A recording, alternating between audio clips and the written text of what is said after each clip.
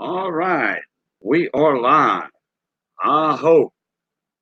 Boy, I had some trouble this morning. Ah, dog it. 3:30 in the morning, my stream quit. Like the power went off or something. Somebody flipped the freaking switch. Hey, Boogie Landry, how you doing, bud? Boogie, can you hear me? I checked my mic earlier. I had audio, but I'm trying to figure out why that stream all of a sudden went dead. I was having trouble with my computer first, buffering and all that about 4 or 5 times. Hey, Charles and Sierra, how y'all doing? Welcome, welcome. Yeah, go here to my YouTube side. Kill that audio. Okay. Hey, Raymond, how you doing, bud?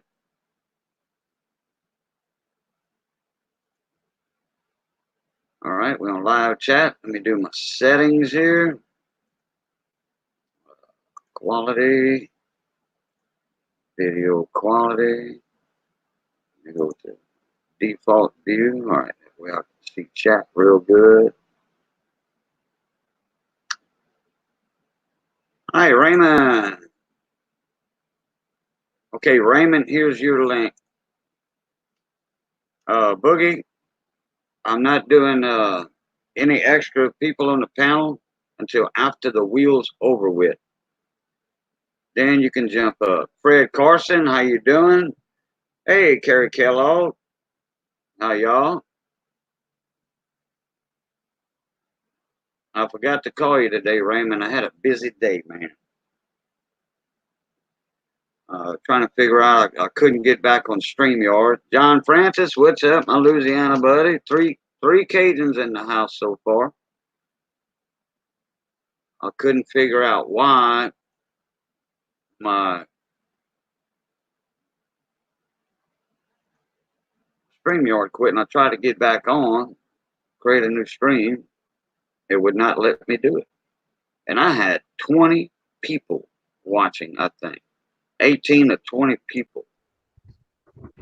How you doing, Raymond? Lovely. Lovely. Lovely. That'll work. I'm a would-be. Enjoying the night. Oh, man. No doubt, huh? No doubt. Dave's not here, man. How you doing, David? Hi, Kerry Kellogg. Fred Carson. I hate that new StreamYard thing. With that YouTube symbol, YouTube button symbol right there at the bottom of everybody's name. I hate it. Yep. All right. Thank you, Dean. Mountain of Coin Accord. That's my buddy Dean up in way up north. Up in the mountains. Cold country. I ain't talking about cold like you put in a cold furnace. I'm talking about cold. The fret. Cajun, you get that pip out? Oh, from the other day? Yeah. Yeah, I did. Okay. I don't know why it went through so late, but yeah, it sure did go through. Captain Jigga, what's up, my brother? Hey, Dave, you forgot to tell me yesterday which one you wanted, the Mercury Dime or the Silver Certificate?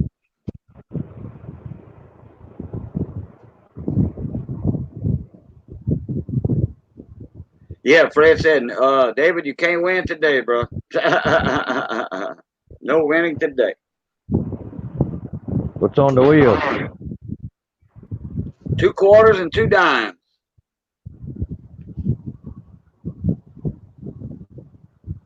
Ed. I'm out of Silver Eagles. Hey, David Carlisle.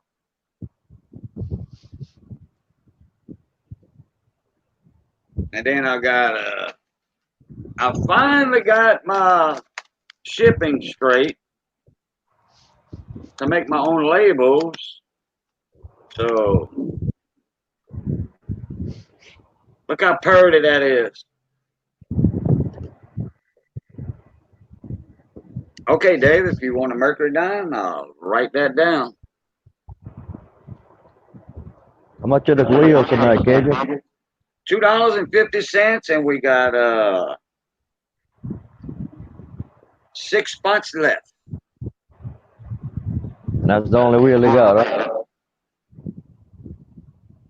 That's the only wheel we got so far. We haven't, me and Andrew hadn't talked about what's going on the wheel. I had a house guest come in at the middle of my stream yesterday. Homer Lejeune. You know Homer, don't you? Yep. And the Sundown Playboys. Uh-huh. Oh, his big ass busted through the door.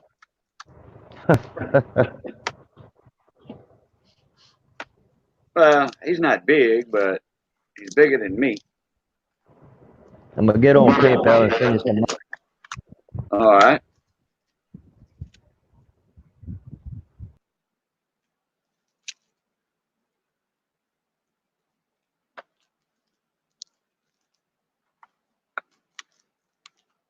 And we got a lot of West Point quarters. Man.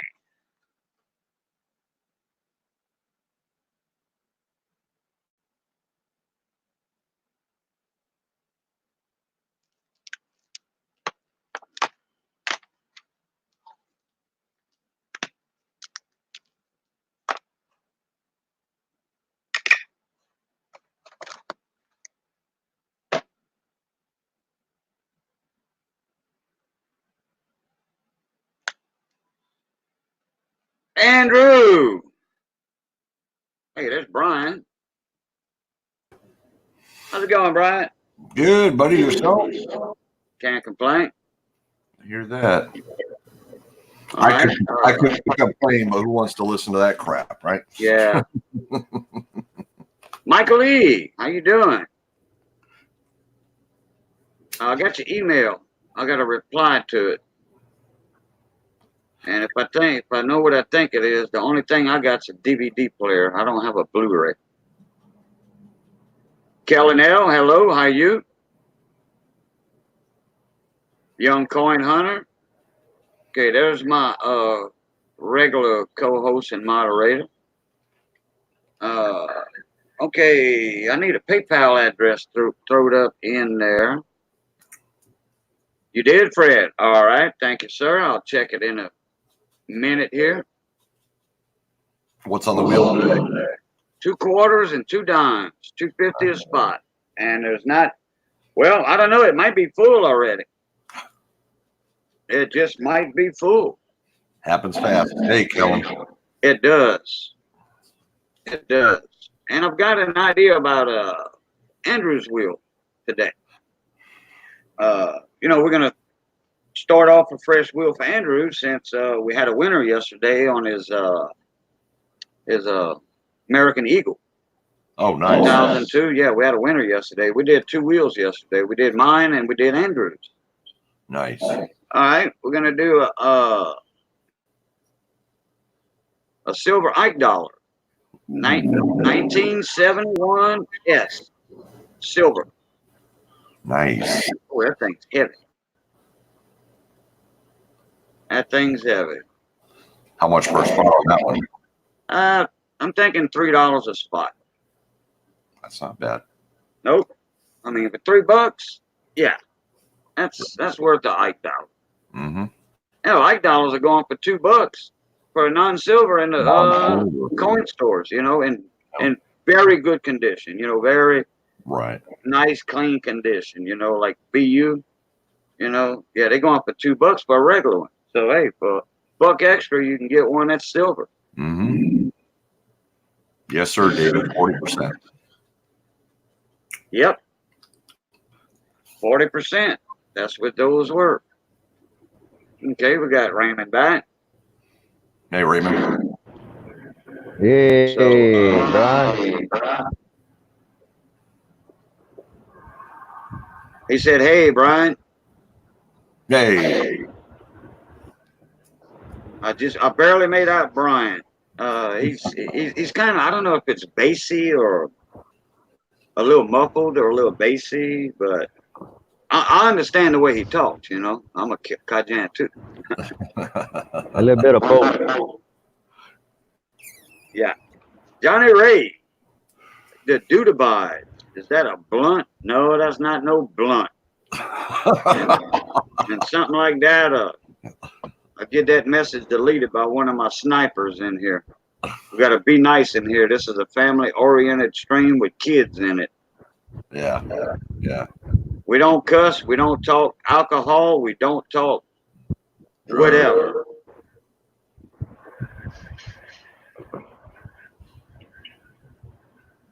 I sent you PayPal, Cajun. Thank you, sir. I will check it in a minute. Fred Carson said he sent one also.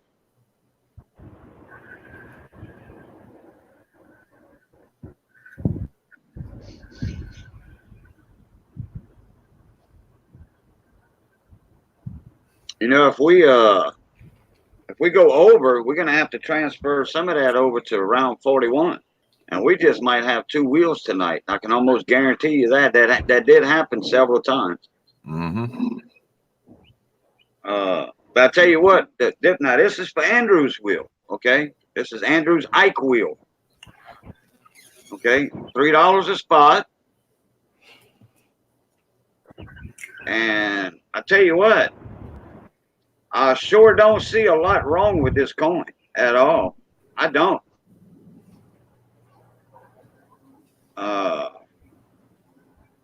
What is it for today's spot? 250? Well, for my wheel, Mm-hmm. yeah, 250. Yeah, I don't see a whole lot wrong with this coin at all. I mean, it's clean, very clean. You know, it's got all the cartwheel on it. Well, it's in the flip right now, so you know, whoever gets it, I'm gonna send it a brand new guardhouse flip with it, or I'll put it in a guardhouse flip, what have you.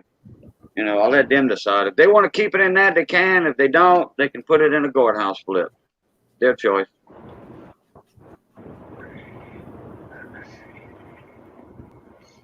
Okay, I'm gonna check my PayPal here.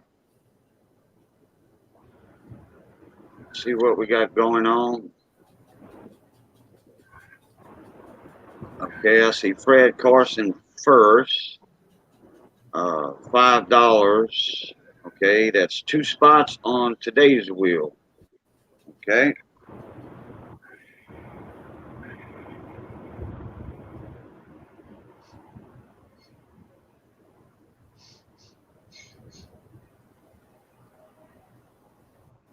Because the numbers are even, you know, $5,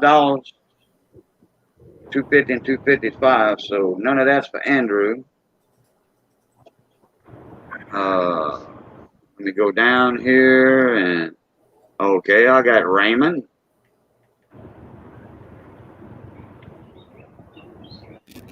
Okay, there's a surprise in there. There's a surprise in there from Raymond.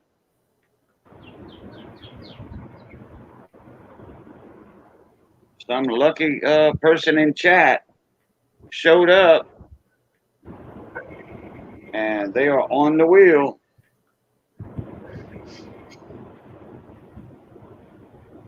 All right, 1 spot left. Let me go down all the way again, make sure. Okay, yeah. All right, let me reload my PayPal.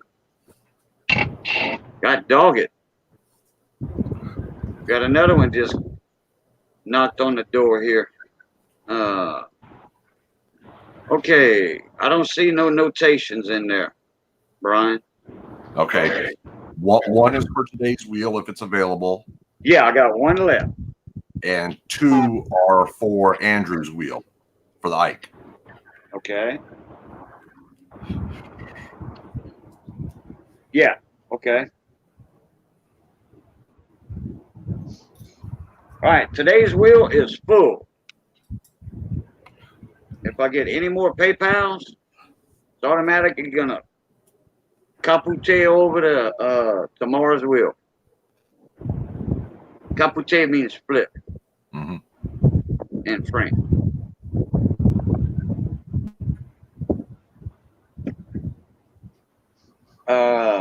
One, two, three, four, five. Yep. Okay, let me get my wheel. Y'all entertain the chat here. Let me get my wheel. Already got a few names up there. So do this. Hey, Tony Murphy, how are you doing? Oh, hey, Tony, how you doing, bud? He used to be on YouTube as Anthony Murphy, if y'all remember. Okay. Somebody didn't know who he was one time, like, oh man, are you a troll or something? I said, no, that's Anthony. He changed his name. What's up, John? Oh, they like, okay.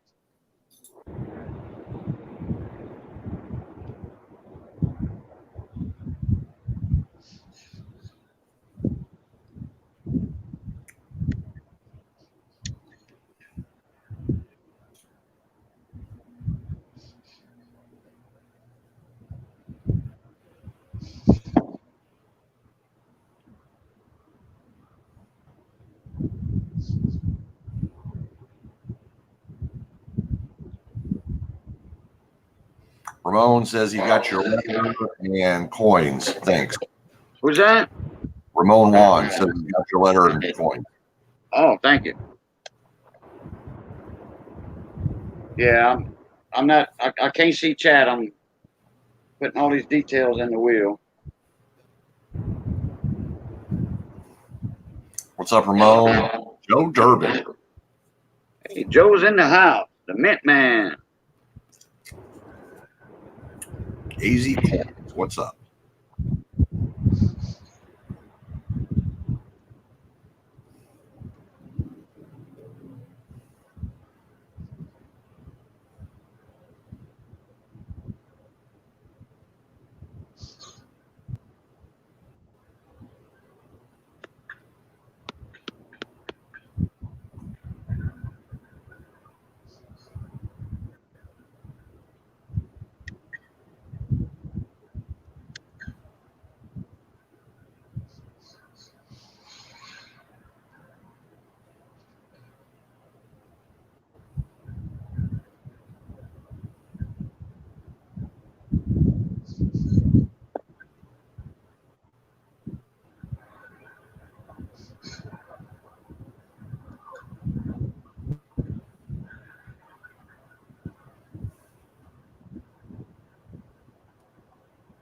Okay, we got Miss Irma.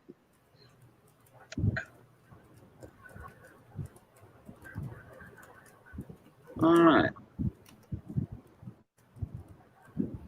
1, 2, 3, 4, 5, 6, 7, 8, 9, 10.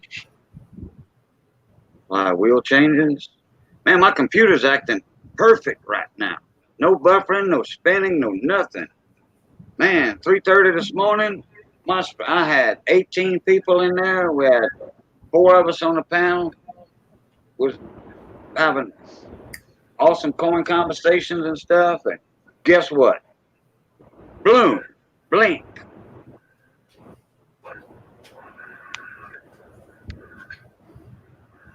All right, there we go. Pot's right on the paper and the pot's right on the wheel. So, okay, let me get Andrews up. Hey, AZ.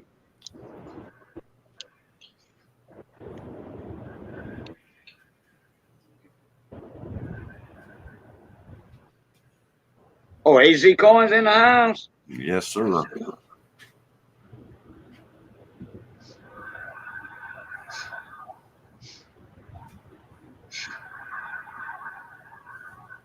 Okay, you wanted 2, Brian. You wanted 2 for Andrew, right? Yes. Okay.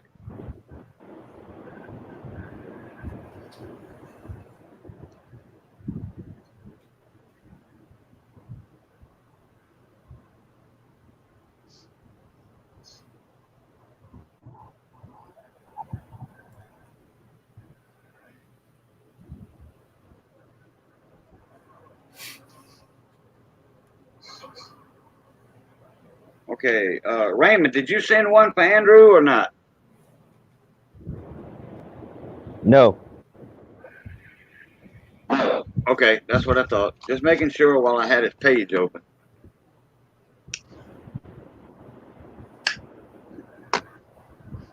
All right, let me jump back in here. Ramon, how you doing, buddy? AZ, let me see who I skipped out on here. Miss Joe Durbin, comment ça va après-midi? Got your letter and coins. All right, good deal, Lucille. Tennessee Copperhead, how you doing? John Wolf, hey, didn't even hear your name. What's up? John Wolf's over there in Texas. He's a gold prospector. Mm-hmm.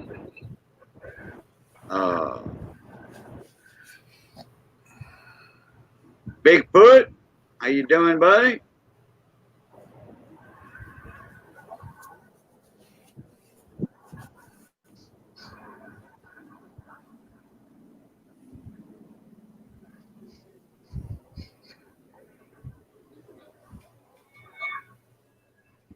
Okay. All right. I think I got everybody caught up in chat there.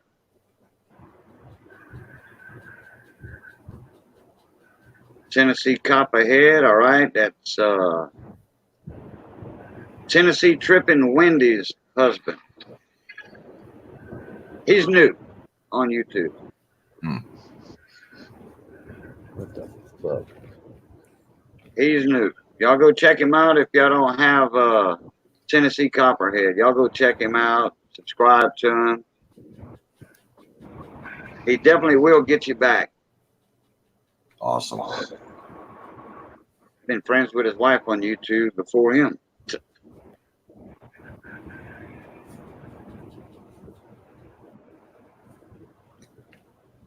I'm surprised Andrew you're on panel. Yeah, me too. He's probably wore out. Miss Jessica, comment ça va après-midi? Yeah. Hey, man, I hadn't seen you in a day or two. How you doing?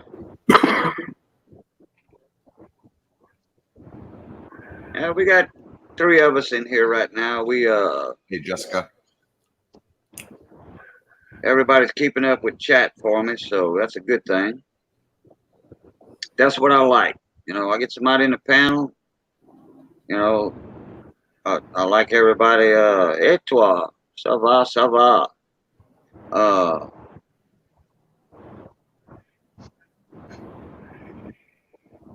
I like when people keep up with chat when I'm busy. That's why I have people in the panel. And then when the wheel's over with, from now on, that's when we have our coin talk, our session. You know, I was saying yesterday I did some investigating work and wondered why my damn streams were going 4 hours, 3 hours, 4 hours. Man, I mean, it was, you know, we just, you know, lose track of time. That's all. Yep, that's easy to do. Yeah. Okay, to recap today, my wheel is full for today. Okay, Fred, I sure will. Thank you, sir. I know Andrew thanks you. But Andrew's wheel, we're doing that Silver Ike 1971S. Nice. And there's nothing wrong with that coin that I can see. There's no bag marks or nothing. I can see the cartwheel in it, but you know, it is in a old flip. So, and that's throw it pias, $3. $3 on the wheel. Throw it pias. Yeah, Dave's never here. That's right.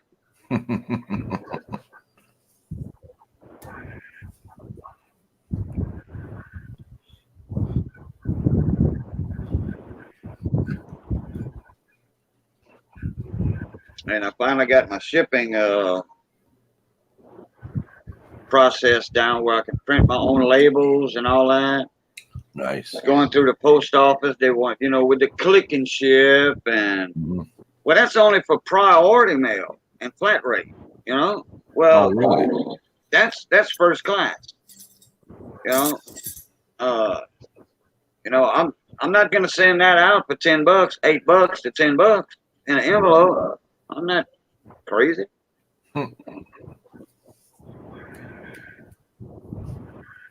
They're gonna get it in 1 to 3 days, and priority is 1 to 3 days. What's the difference? Right. They say 1 to 2 days. They say priority is 2 days. Yeah, right. Tell me another story. Hey, Magnets, how you doing, bud? Hey, any good finds lately? He's a dirt digger, y'all. Got a couple of dirt diggers in here at times. Andrew's a dirt digger. Found It Barry was in here. He can tell you some stories now. That man's got some good videos. Found It Barry. He's got some awesome dirt digging videos. Really? Yeah, that's right, Magnus. Post office sucks a fat one.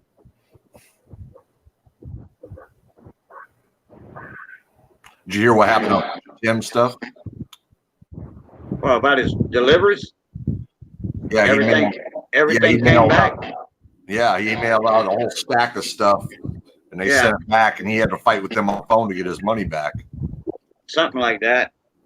He sent out 20-something packages, and he got a lot of them back, and they were all tore up from the floor up. Yep. Tore up from the floor up. We're gonna party till my check liver light comes on. Yeah, one of Candles was broken into pieces. Oh man. And it was packed right in a box. Something happened at the Dallas distribution center. The machines were just crazy. Yeah, man, I got a nice boat anchor, and that motorcycle I caught was insane. Yeah, I heard about that motorcycle. Found a Glock 40 magazine. Not too bad. They'll clean up. Glock 40 mags ain't cheap neither. I'm doing good, AJ. How are you doing? Let me check my PayPal.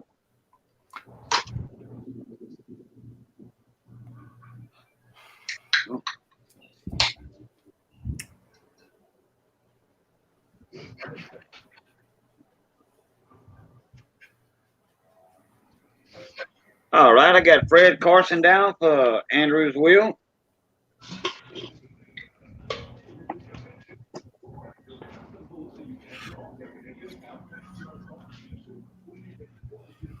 All right.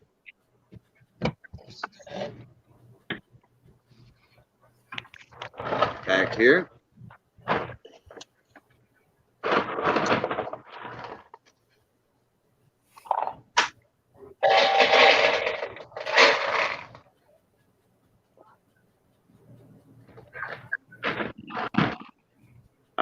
Ooga. Ooga.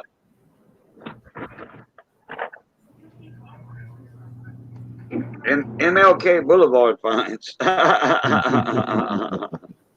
There you go. Yeah, ghetto style. Man, I tell you what, Missy took a spill earlier. She was going to the store to get some stuff for tomorrow night's gumbo. Cooking a chicken and sausage gumbo at K-Bone at my cousin's radio station. Homer Lejeune is going to be there. I'm going to be on the mic.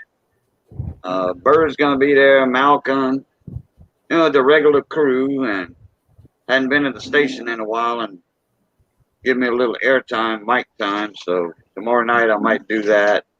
Probably be busy with Missy in the kitchen. I have a kitchen in the back of the station, and probably have about 9, 10 people over there. Homer Lejeune is going to be there. Probably playing some music live. You just never know who's going to be there. Nice. I got musicians come in all the time, unannounced. They just pop in. Open door. The front door's open on the radio station to the studio side.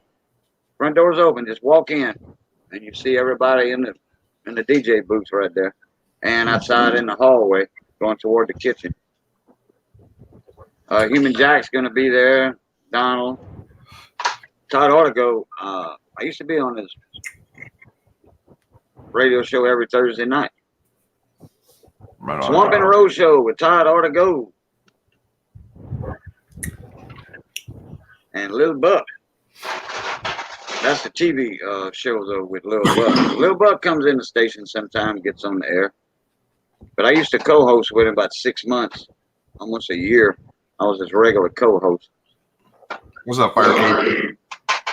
Fire Cajun's in the house. There he is. All right. Boogie Landry. Yeah, Boogie. Okay, we got Boogie, we got Fire Cajun, we got John Francis, Raymond Longy, me. That's 5 Louisiana people in here so far. Nice.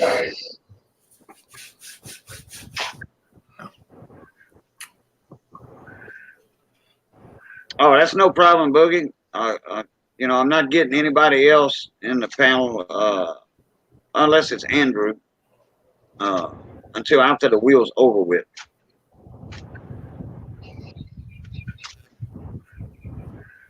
Hey, we only 30 minutes in, and my wheel's already sold out. And Andrew's wheel has 5 spots on it already.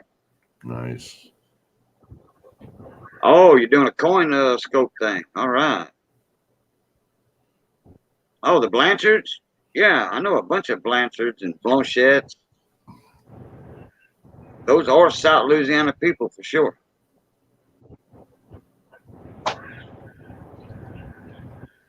John Wolf, what's left on Andrew's wheel? A bunch. How many spots left? 7. 7 spots left on Andrew's wheel. And it's this nice Ike dollar, silver, 1971 S. Throat Piats, $3.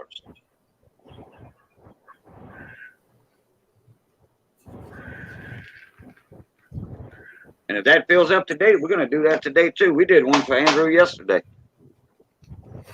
You know, Andrew's, needing a little cash flow, so he's selling his coins on my wheel. He needs a little cash flow, a couple of little small bills. And his truck is giving him heck, put it that way. So he's got to get parts for that when they figure out what exactly is wrong with it. He can't even make it into town to bring it to AutoZone to put a code machine on it or whatever.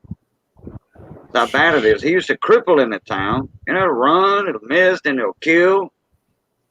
But he's got a 25-mile trip into town. Wow. He might make 8 miles and then boom. Then 5 miles, boom. Then another 8 miles, or into town. So I don't know. He said something about the ECM or something, or That thing definitely sounds like it's got a short in it somewhere. oh well, hey, you're a mechanic. That he's thinking a ground problem maybe, or something. Maybe you and him can get together. Yeah. Oh, Raymond. Either that or a sensor that's getting hot and cutting out. Yeah. I wish y'all two would. You and Andrew get together on that one day. I guarantee you he'll give you his phone number. Because y'all not far apart from each other neither. Mm-mm. Yeah, he's definitely got your scan though. Yeah, his engine light's not on though. I think that makes a difference, don't it? Yeah, a lot of times it may still have some stored codes that he can pop up. Oh, okay. But it does sound like either some sort of short somewhere or a sensor is getting hot and cutting out. Yeah, that's the only thing bad about them Dodge Durangos. They got like, I don't know, probably what, 14 sensors on that thing. I remember he was talking about it a while ago. I can't remember what year. It was like a 2004 or something like that. I can't remember.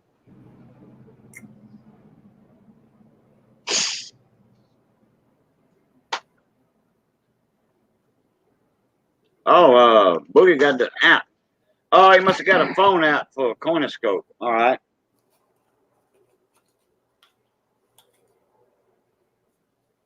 Yeah, that Lookzy app. LOOKZ. That's not a bad app. No, it's just the relay getting hot, Andrew. You know, the electronics get hot.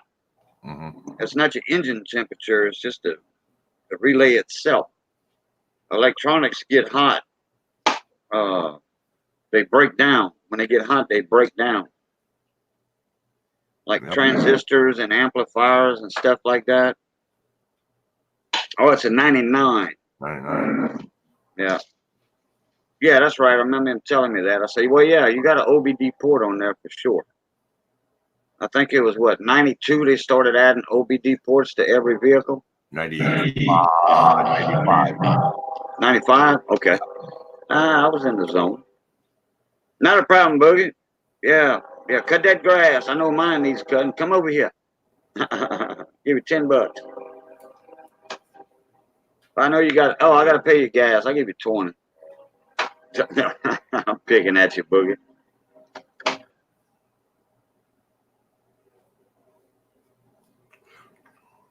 Yeah, don't mow down a 1909 SVDV, Boogie.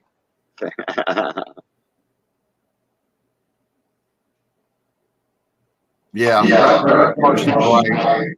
96 officially, but you're right. California, which is where I'm at, is 95. Yeah, I did. What did I say? 92? Yeah, something like that. Yeah.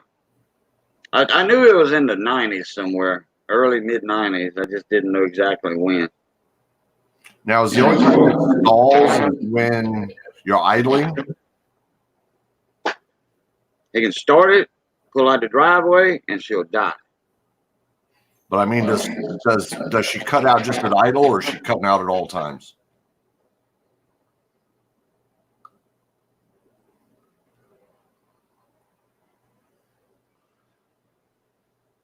Those have an idle air control motor on them that can be problematic as well. Ah, yeah. Forgot about that.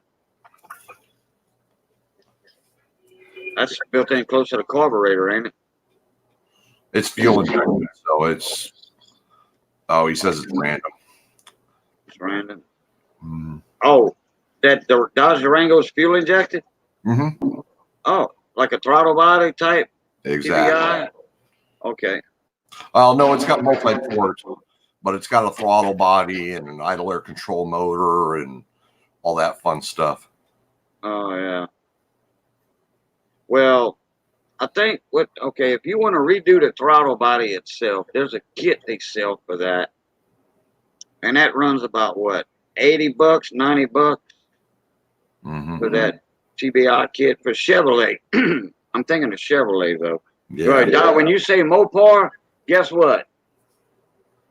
Yeah. You better dig deep.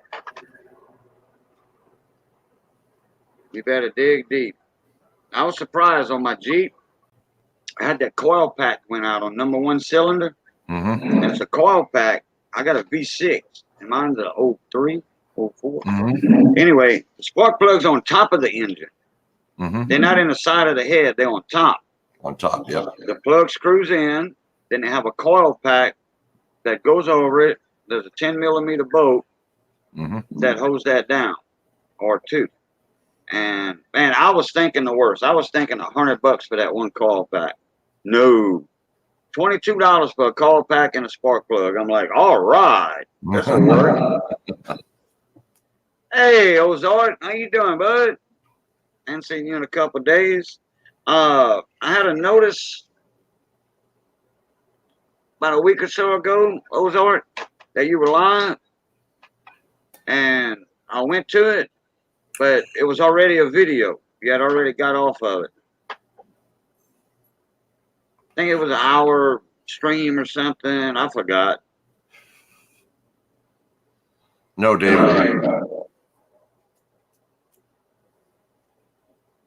All right, let me check my PayPal again.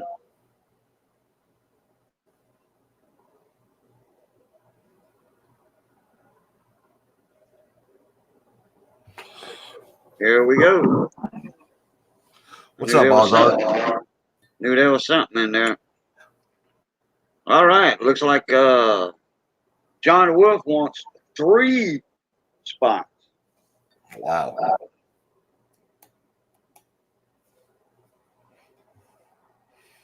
All it takes is one. Yep. Well, look how many spots Stacy, Twisted Oil Racing, jumped up on the wheel, buying spots for other people. You know, Right. buying spots for other people, and then he threw a couple of spots in on Andrew's wheel yesterday because we did his wheel. It was the last one. It was the last one, almost the last one to put in the last spots. Mm-hmm. And he won. Nice. Finally. He says, I'm going to go broke trying to get me an American Silver Eagle.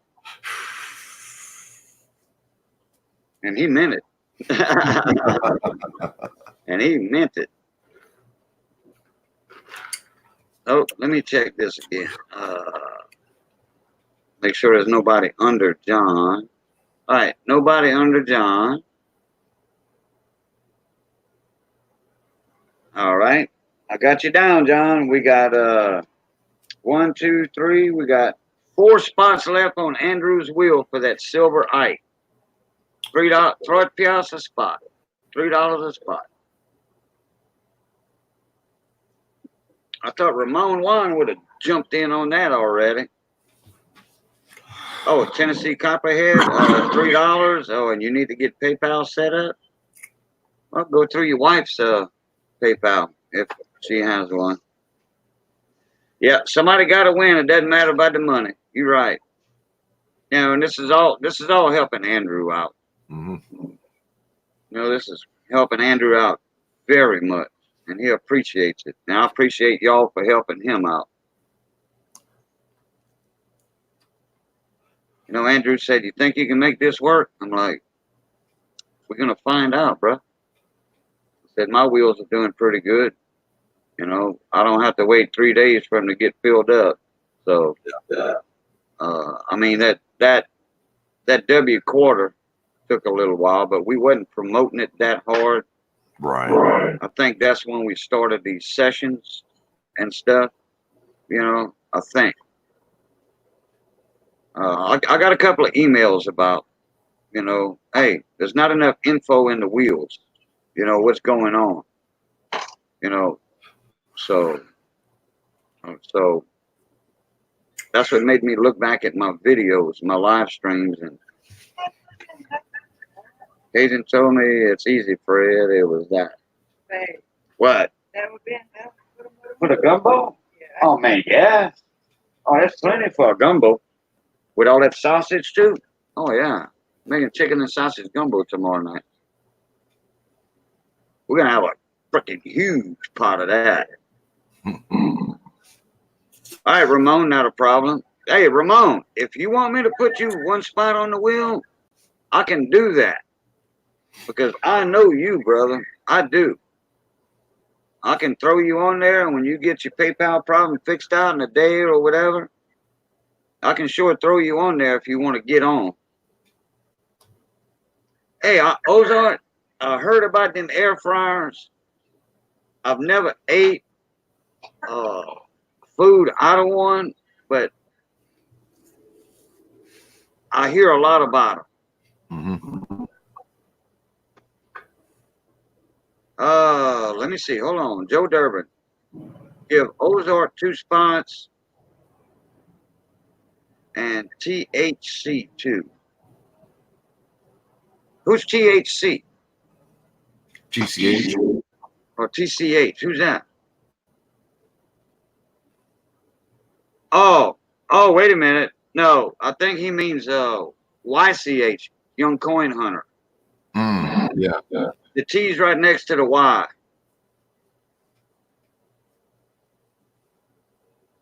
Bigfoot, what time we eating, Casey? A spoon. A spoon for a gumbo.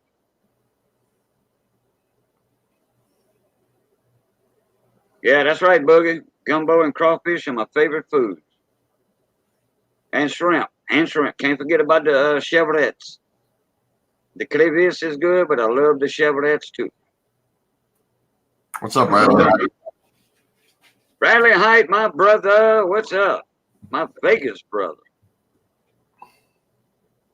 He lives in Vegas and he's a very smart man. He don't even go to the casinos. He saves his money. Yeah. I know people that live in Vegas just to go gambling. Then they lose everything they got. I'm going to check my PayPal here in a sec there, Mr. Joe Durbin. Yeah, I've known people that live in Vegas. That's gonna take up the rest of Andrew's wheel right there. Nice. Yeah, I've known people that lived in Vegas and couldn't stand the strip. Couldn't stand the strip. Oh, the strip. Okay. I thought you said shrimp. No. Yep. Hey, look, Vegas. Hey, the light show over there at night is awesome. You know, I've never been to Vegas, but I've seen videos and pictures of all the light acts in the City of Lights. Mm-hmm. You know?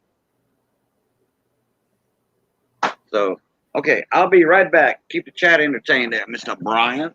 All right.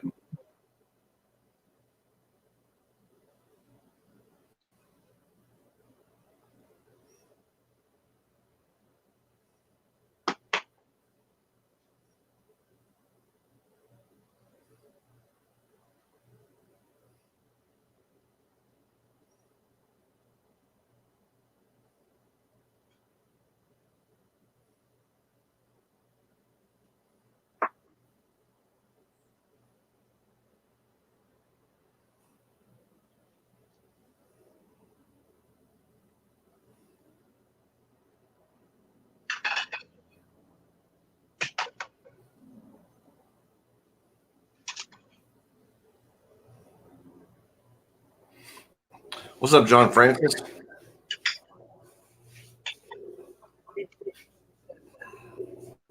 Yeah, like that.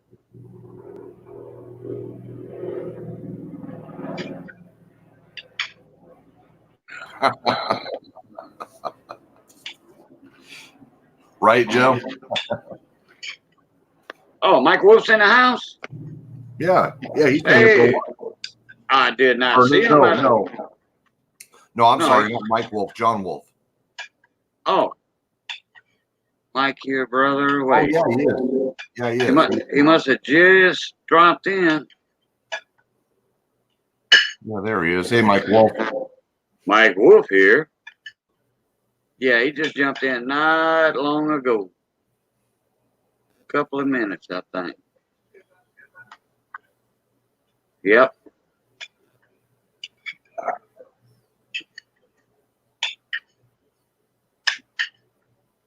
No, we didn't need no tasso missing. Sausage is good.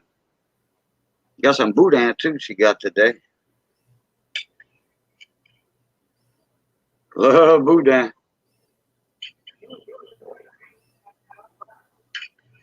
Well, that's good, Mike. 100% back to normal? Wow. All right.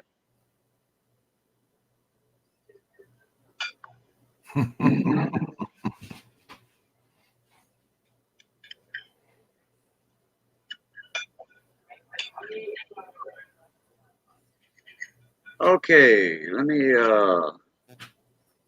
check this again. What's up, Captain Jerk? Captain Jerk's in the house. Mm-hmm. What's happening? Okay, there we go.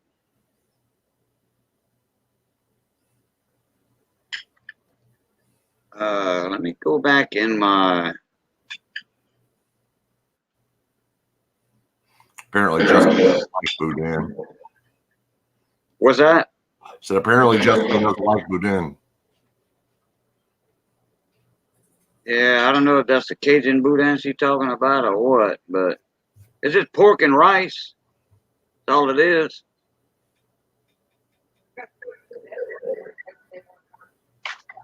Okay, let me go back and check you on Joe Durbin.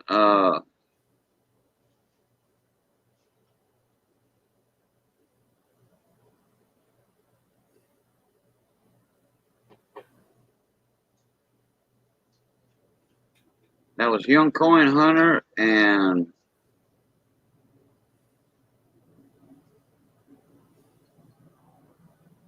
Ozark. Okay. Yeah. 2 for Ozark and 2 for Young Coin Hunter, right? Right, Joe? No, boudin's not blood sausage. No, not down here. Oh, we do make one, but we have the regular boudin. Just the pork and rice and onions and stuff like that. And then we do have a red boudin, which is the sterilized pig blood.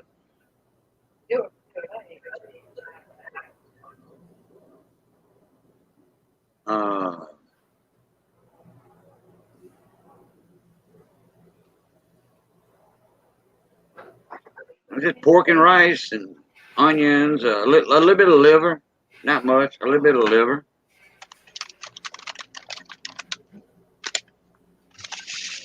Let me present myself here.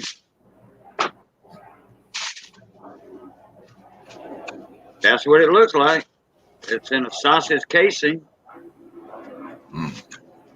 Pork and rice, a little bit of liver, onions, onion tops. Oh man.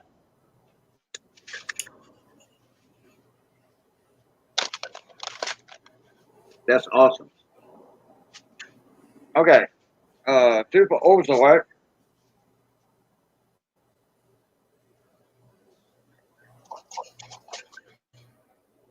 And 2 for Young Coin Hunter.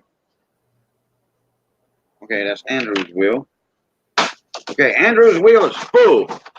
Thank y'all very much. Get myself off of here.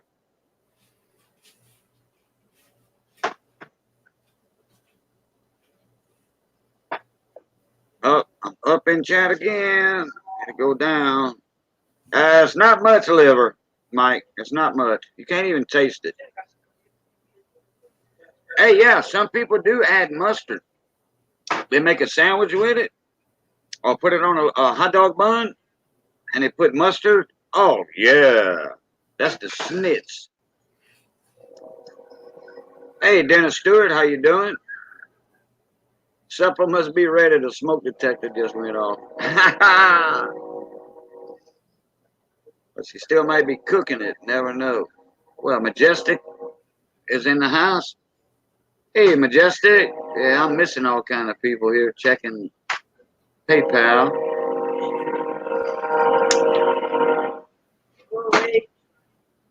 Yeah, that train. Okay. All right, Andrew's wheel is full. That will work.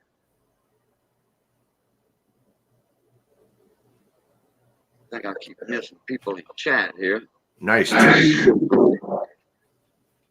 Was that? I said nice. 2 wheels tonight. 2 wheels today. That's right.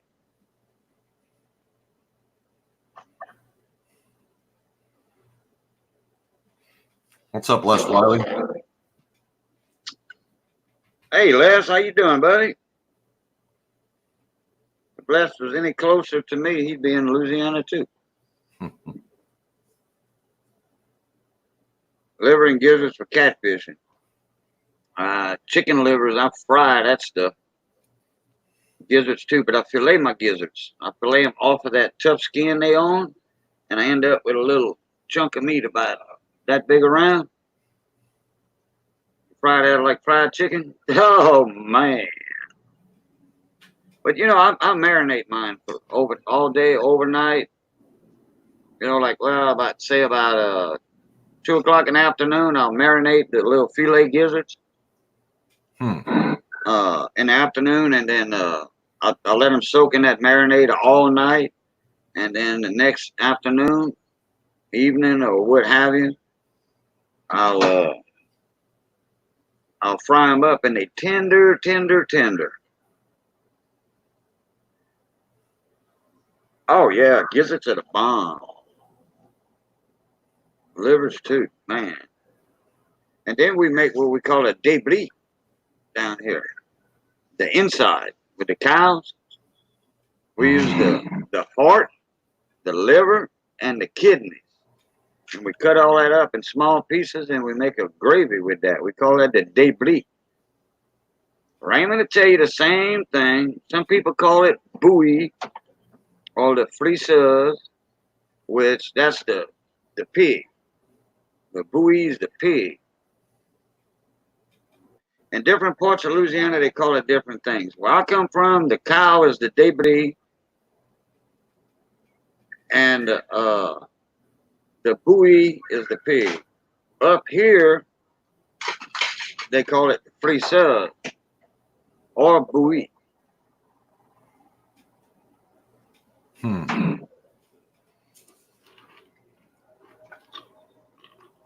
But I know Raymond will agree with me on that, boy. I tell you what, that's awesome.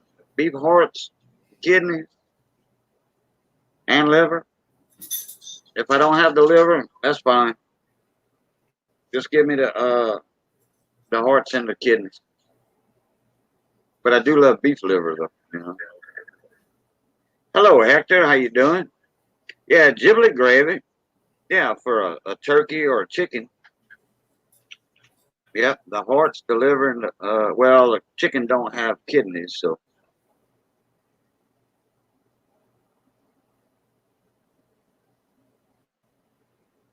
Yep, Thanksgiving. We eat the débris and the bouillie, I don't know, once a month. You know, and it makes a nice dark gravy. Oh, turtle? Oh, man, get out of my way. Hey, Hector.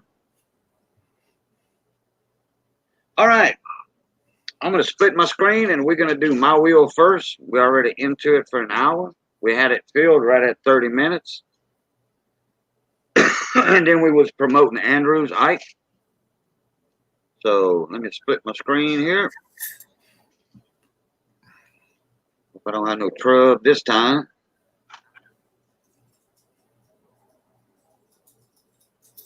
Wheel. There. All right, there we go. Let me pronounce that up there kind of bigger. There we go. All right on top, we got Raymond Longy, Brian's World. Irma, uh-oh. Whoops. Yep. Irma's on there back to back. All right, let me modify my wheel here.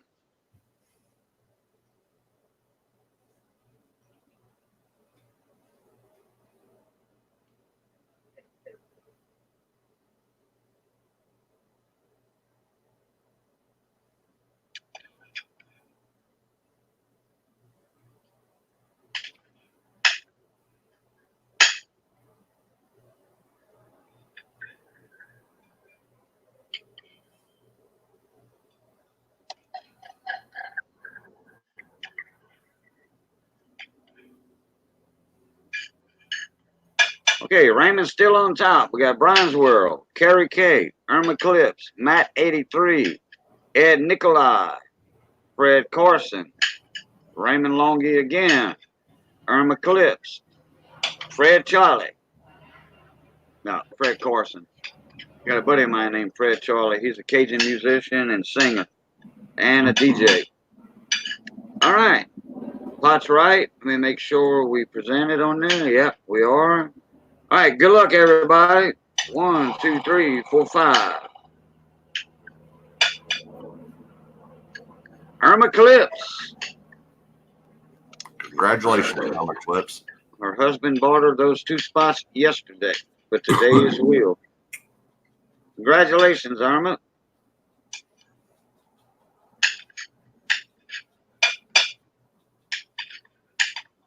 Alrighty, let me write that name down.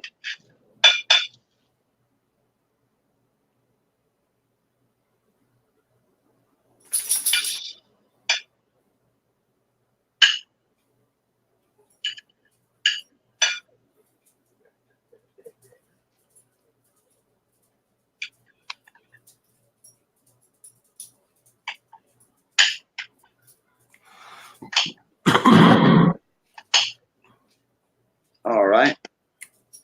Now I'm going to need to modify Andrew's wheel.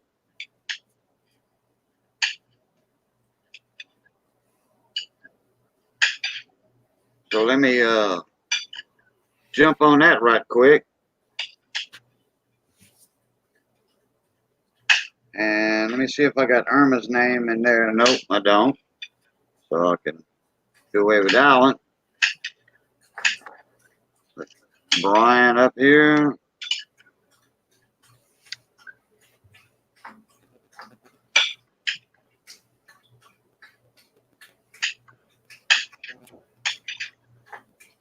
Okay, Matt 83, his name's up there. Ed Nikolai's up there. Fred Carson's up there. All right, scratch all these out, boy. I got less typing to do. Oh, I don't have any grandbabies, Les. Fred Carson. You're the one that had the grandbaby. How was your grandbabies doing? Brian. Matt. Ed. Fred Carson.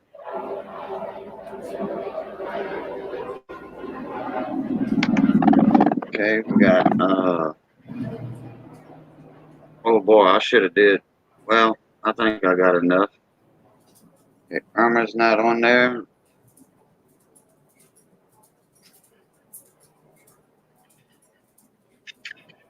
Okay, Raymond's not on there.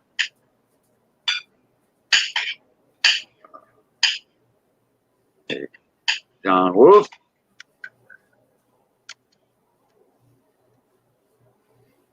It's all good.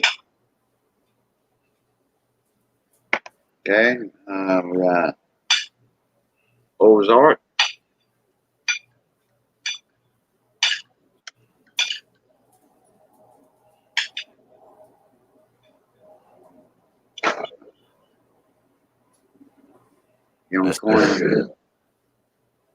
Young Coin Hunter.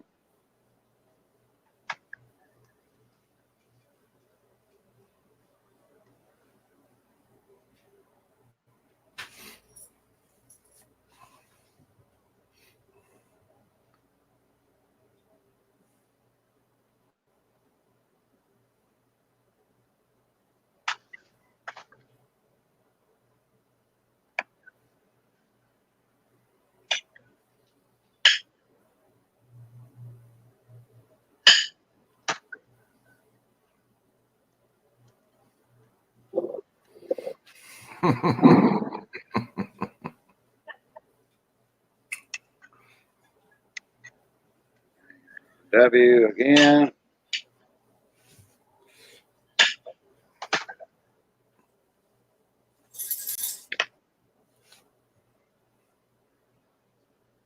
And Brian next.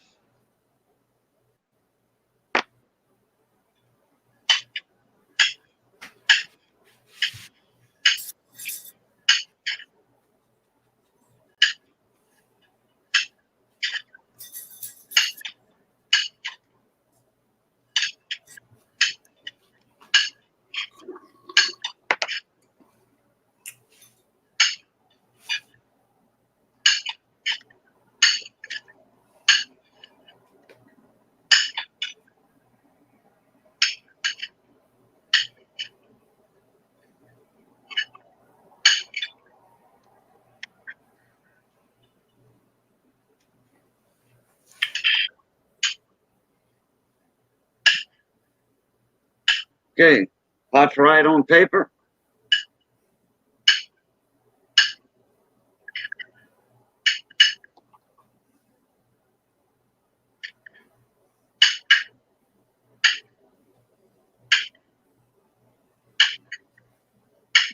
Fred Carson, Ozark twice, Young Coin Hunter twice, Matt 83,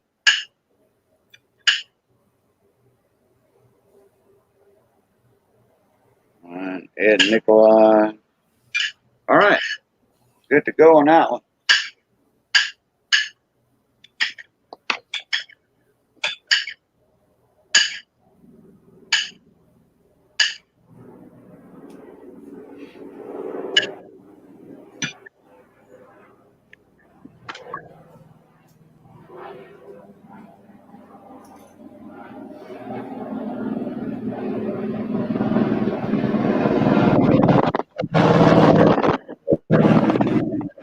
Might have got a jitterbug copper up in the air somewhere. That'd be Brian. Hmm? You got a helicopter pass over you? Yeah, I live half a mile away from Hilo Base, Navy Hilo Base.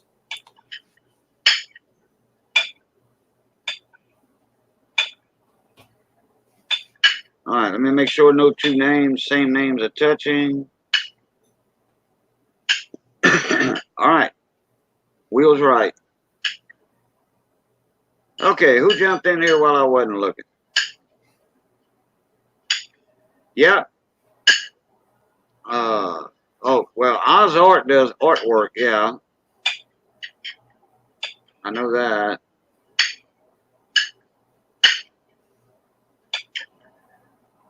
Full interior. Oh, he's a house painter. AZ Coins. Yeah, I've done a few of that in my lifetime. Being a remodeler, additions, framing houses from the house up, building houses from the house up. I always contracted out a painter though. So like for remodeling, small remodels or additions, I did all that myself. You know, I hired somebody to help me, but. All right, we got Andrew's wheel up. It's ready. We're going to do it in a few minutes here.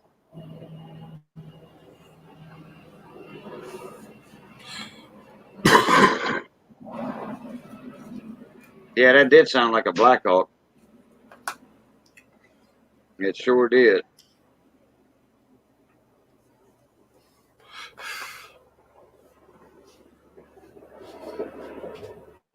Yeah, you get used to it after a few years. Oh, yeah. I used to live next to Air Force Base in Tucson. I love watching them jets and them C-130s and stuff take off and land. I like them when they take off. Then they had the hogwarts. A lot of hogwarts in Tucson on the base over there. Oh, the A-10s? Yeah, A-10 bombers. Mm-hmm. Death from the sky, brother. Tank busters. Yep, seen all of them in Afghanistan. Yeah, they build a plane around the gun. Mm-hmm. And it'll actually slow that jet down. If they burst it for more than 2 seconds, it actually slows that jet down. A little bit, not much. Yeah. I'm sure the pilot does it.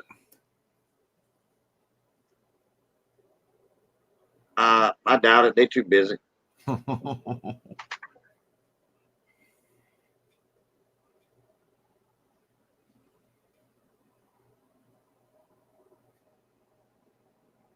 I still do all that I can unless you need a license to do it. Must be talking about remodeling? Yeah, I was a licensed contractor. Yes, sir, the Warthog. I've seen videos where they just shredded a freaking tank just with the 50 cals. Mm-hmm. Man. But, you know, just imagine if a person would get hit by like 550 cows. I mean, there would be nothing left to identify. Look at a 45 from a pistol. You know, you hit him in the shoulder right here, it's going to blow your shoulder off, you know, just about. Just think of a 50 cal, though, you know, from a A10. And 5 of them hitting you. Yeah, it's going to dismember you big time. You're going to be in pieces. And they'll be 100 yards apart. Hamburger, yeah. There's many NAFTA felt the wrath in Warthog. Okay, wait. You kind of broke up a little bit. What'd you say? There are many in Afghanistan that felt the wrath of an A10 Warthog. Oh, yeah, yeah.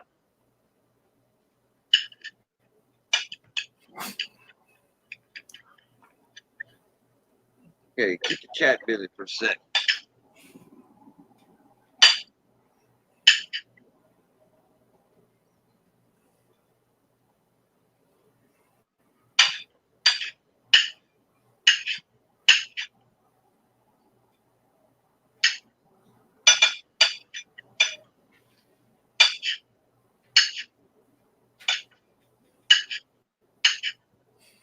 What's up, Red?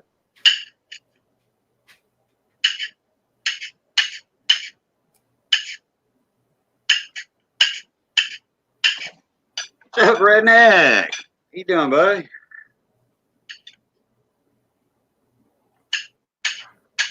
Oh, Boogie said, I got a story of a wild pig that happened last weekend. Yep, now we're on hunting.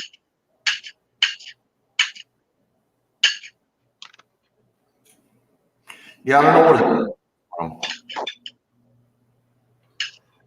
Yeah, we got a bunch of wild pigs in Louisiana.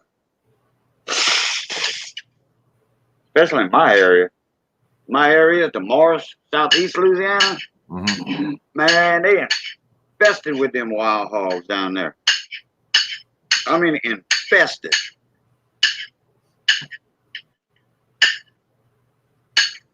They root up everything. I mean, in the marsh, it's not too bad, you know, but they still trying to get the population under control. They'll let people know, hey, if y'all got a boat, y'all go here. We're gonna be shooting pigs from the helicopter. Y'all pick up all the meat you want. Yeah, I don't know what. Was that? Red was saying I echo bad, but That's not too bad, but oh yeah, they root up the ground there, Boogie. You know, they'll chase you. They'll chase you up a tree. Hey, Andrea, how you doing? Mama Lou, how you doing? Yeah, happy Wednesday. Gizmo, you coming in? We already did my wheel, Mama Lou. Now we fixing to do Andrew's Ike wheel.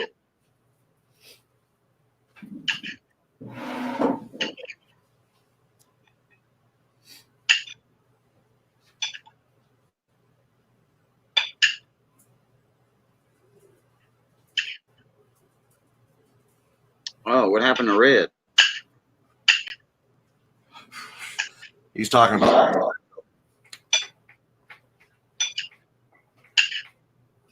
It popped back in, out. Oh, try popping out and back in. Oh. Yep, Andrew's wheel today is a silver Ike. It's already full. And If it was me, it would sound like this. that's it right there. 1971 S. If it was me, it would sound like this. Yeah.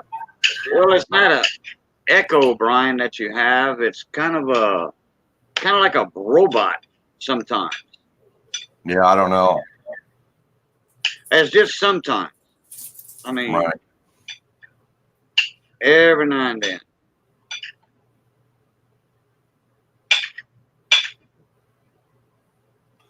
But I got my YouTube shut off, so it's not my YouTube. Right. Yeah.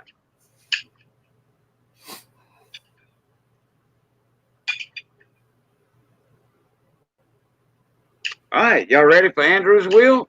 Let's do it. All right. Let's spank that donkey.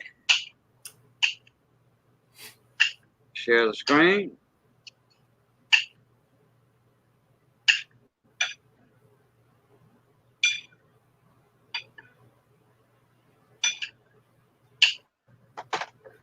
Here, let me pop the screen up by itself. Oh, there it is.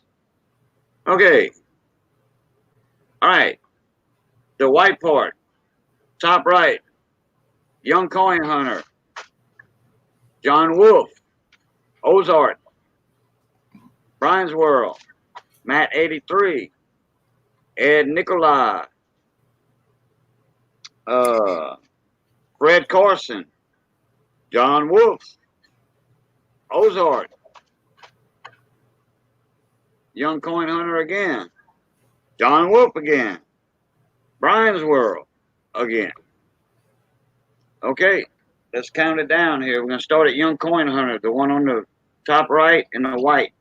Yes, 1, 2, 3, 4, 5, 6, 7, 8, 9, 10, 11, 12. All right, pots right on paper, pots right on the wheel. Good luck, everybody. 1, 2, 3, 4, 5. Young Coin Hunter. Congratulations. Compliments of Joe Durbin. Nice. Joe Durbin bought 2 for Young Coin Hunter, and Joe Durbin bought 2 for Ozark.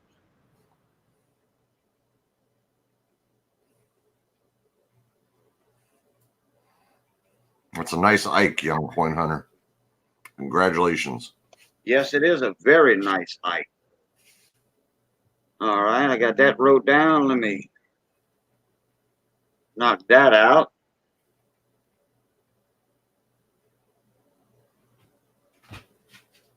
Yep, Les says, now you clear. Big time. Nice.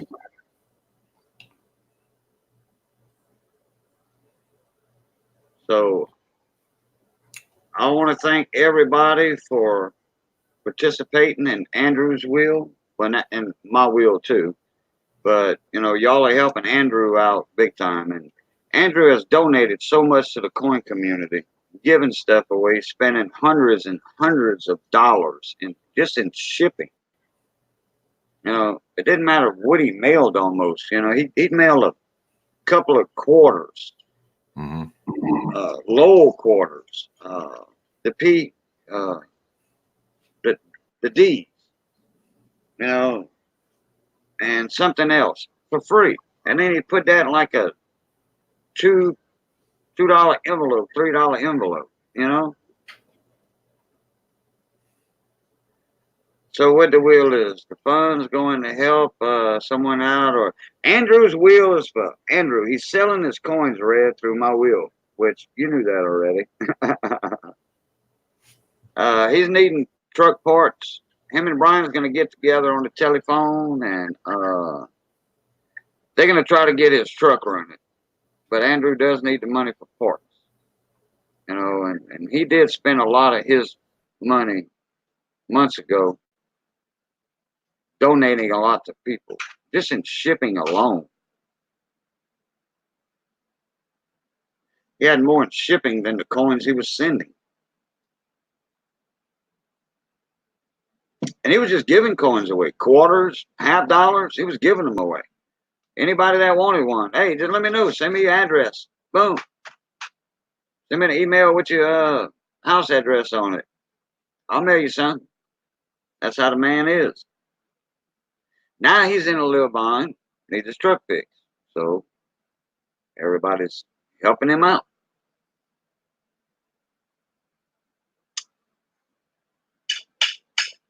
There you go. Andrew's thanking everybody right there. And I thank everybody for helping Andrew out too. I don't know what we're going to do next for Andrew. I got a bunch of stuff in that box. We did a West Point MS-67 so far. We did an Eagle wheel. Did an Ike wheel. I think we might go with a slab piece dollar next. Nice. Nice. Yeah. It's a nice piece dollar. NGC graded. MS-61. And let me tell you something. I think that probably should have went a 62. Thing's got some luster, cartwheel on it. Oh man, Red thinks we should gold wheel. I've had an Ike dollar one time that was like AU, and I thought that was something. Okay, when I was a teenager. But let me tell you something. I mean, a peace dollar. When I was a teenager, but this one right here beats that. I mean, 10 times over. I mean, that is nice. Let me throw myself up on here.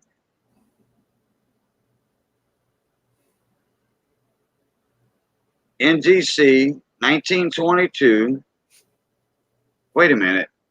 Oh, that's MS-63. I'm sorry. I don't know where that I saw 61. Oh, I saw that that S1 on there. I thought that was 61. No, like I said, yeah, I said, man, this is 62 or better. It's MS-63.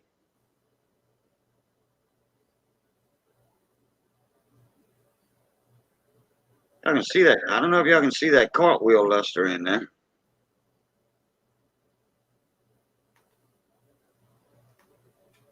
Oh man, that thing's awesome.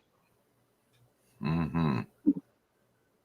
NGC and less. How much that piece dollar's worth? MS-63 PCGS. Good fair value on it. That way I can set the price on the wheel. See if everybody agrees with the price. I like getting other people's opinions on it. Because I didn't think that the wheel was going to sell out this quick for Andrew today. So I didn't know what was going to pick. I mean, I might go with that, or I might go with I'd rather go with a slab coin. Got a coin here. He's got an Ike, Eisenhower Centennial. That's silver, 1890 to 1990, with his house on the back. That's silver. I need to look up some information. I think it's 90%. Yeah, it is 90%. It's got a double profile on the obverse. Got him as a general, and it has him as the president.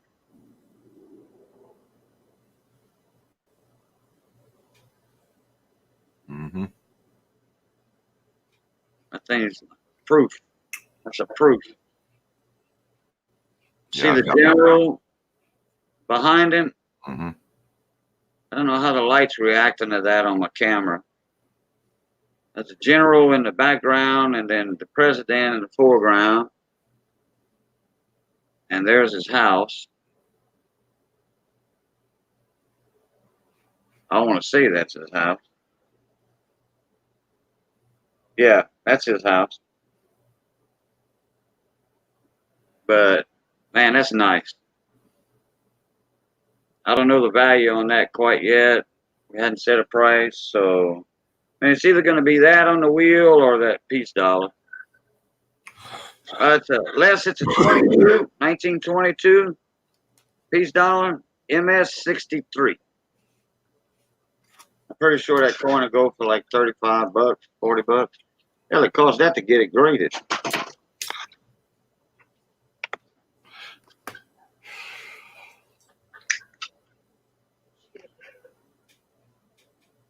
Yeah, well, myself. They both amazing coins. Mm-hmm. Young Coin Hunter, I don't think it's out of a prestige set. I think they minted those and sold them by themselves also. I think. Okay. Don't hold me to that.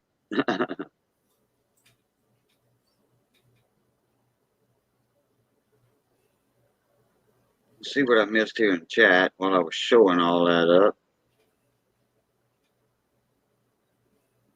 Boogie said, I wouldn't sell it. Fred Corson, $150.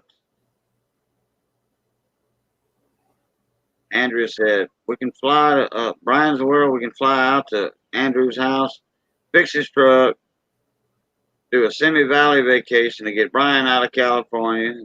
Or wait a minute. It'd be a semi-vacation to get Brian out of California and get Andrew's truck fixed so we can win on both sides. That's right. All right, David, take it easy, bud. Thank you for coming in.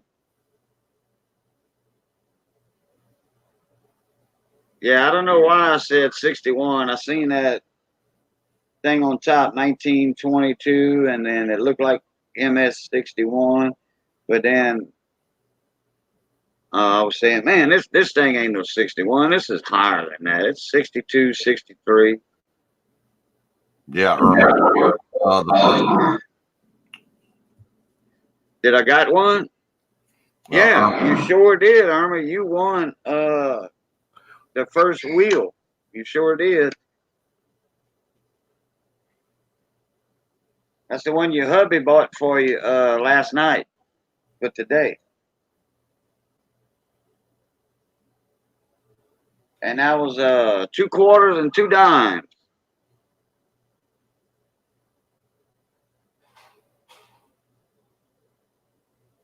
Okay, Les said that's a $45 coin.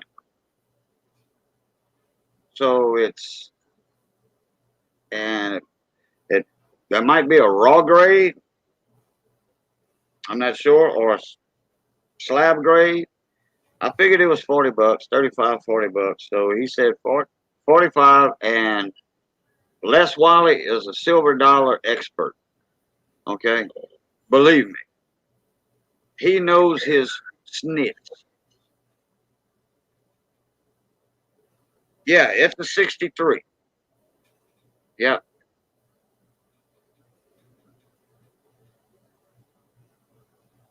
So I'm trying to think of a fair price on a wheel. You're looking at just say a $50 coin, okay? $45 graded, I mean raw or what have you. It costs $30 to get it slab. I'm thinking $7 probably on the wheel. That's not bad. $6, you know. Hey Tim, how you doing, bud? What's up, Tim? What's up, Candles? You know, I'm thinking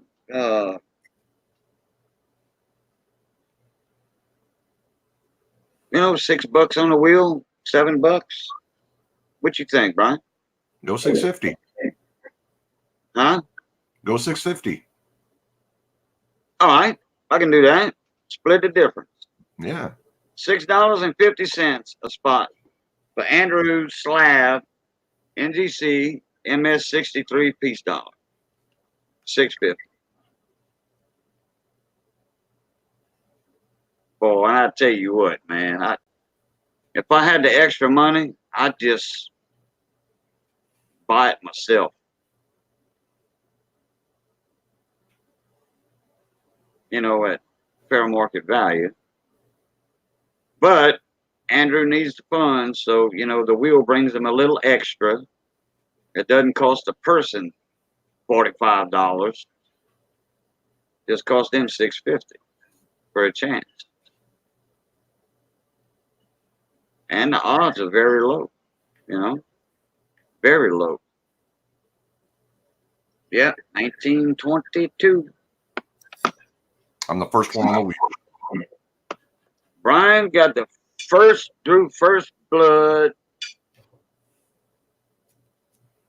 I think it's a Philadelphia there, Boogie. Yeah, it's a Philadelphia. No mint mark.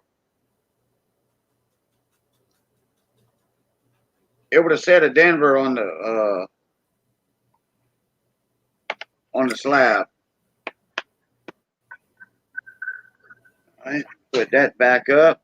I'm gonna do that bicentennial Ike later. I want to do a little research on that Ike, that bicentennial Ike. Let me see. Let me turn the page over here. Get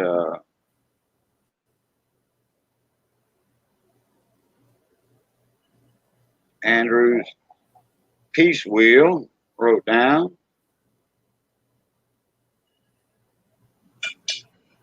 Okay, 650 a spot. All right, we've got Brian first.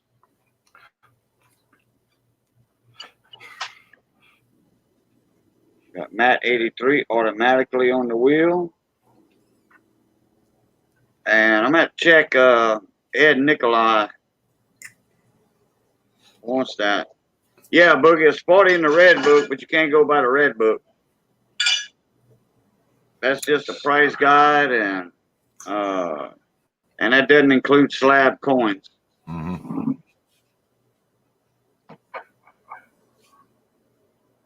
But even if it is $40, $6.50. Hey,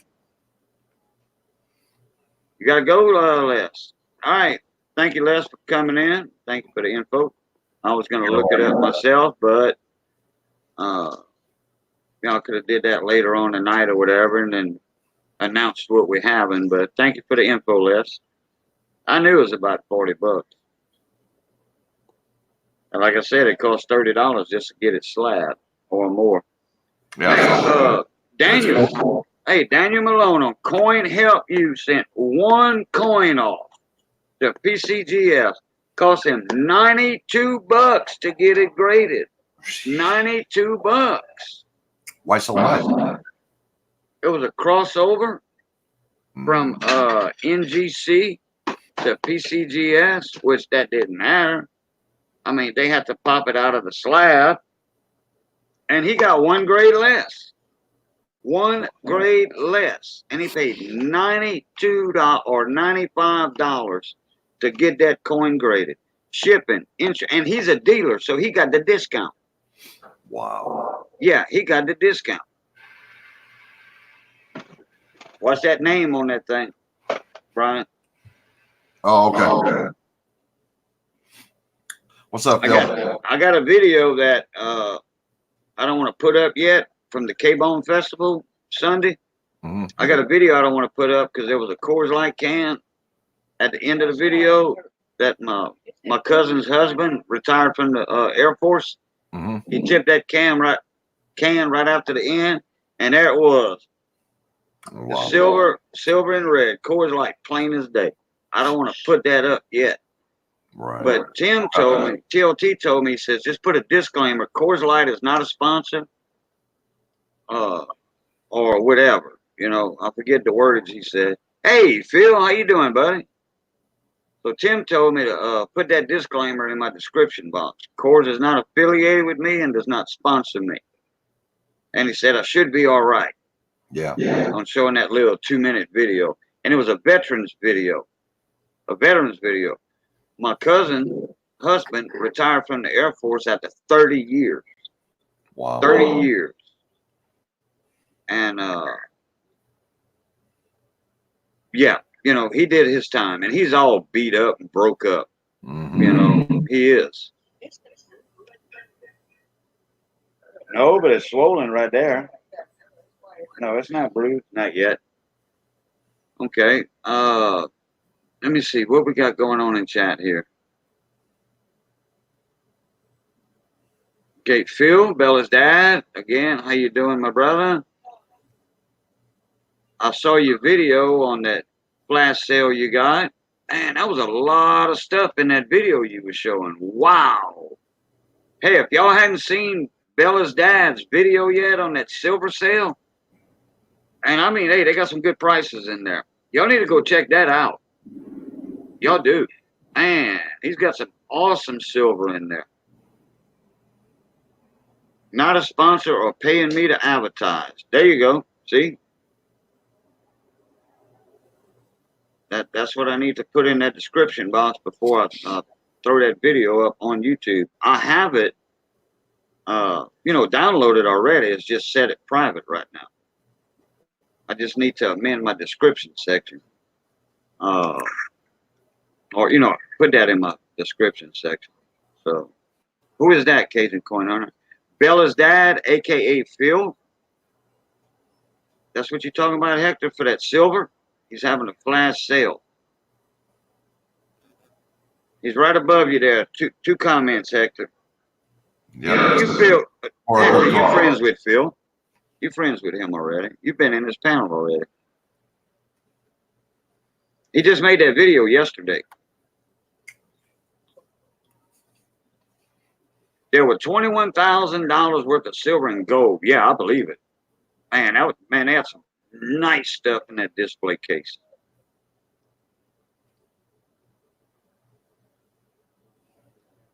And I think Phil's trying to help that guy out sell some stuff, Just like I'm doing this to help Andrew.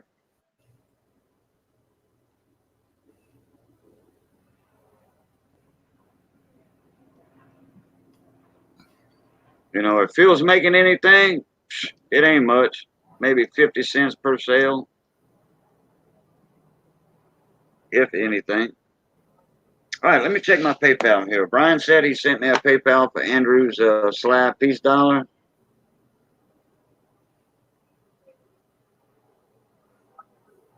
There we go. We got Brian's World is on the board. All right, Brian, first blood.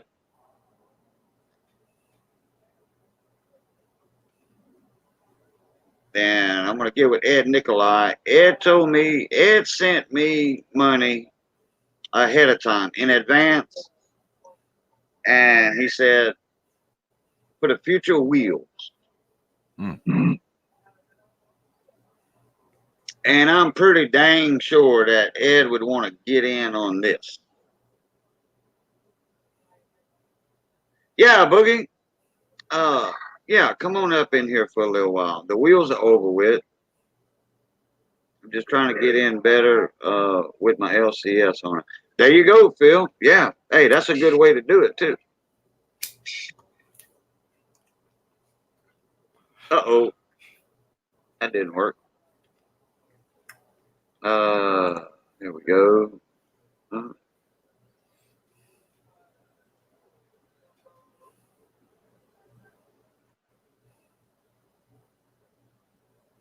Hi there, Boogie. You can come in for a little while. Tell us what you're up to. Tell us your pig story.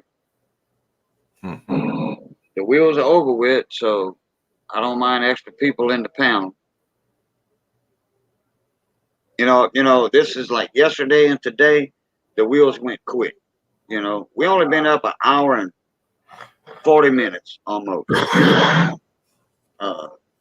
For a week before, it was taking 3 hours to do a wheel. Now they're getting popular. Hey. How you doing, little Boogie? Pretty good. Okay, we don't need to see any information on the peace dollar.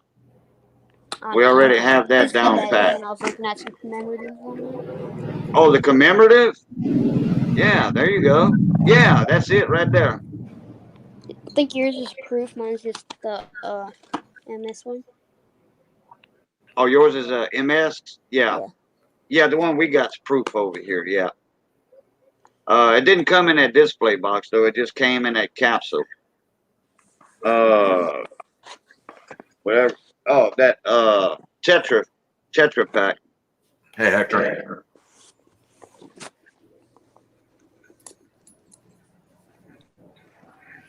I was in the woods last weekend, squirrel hunting, and then we stopped.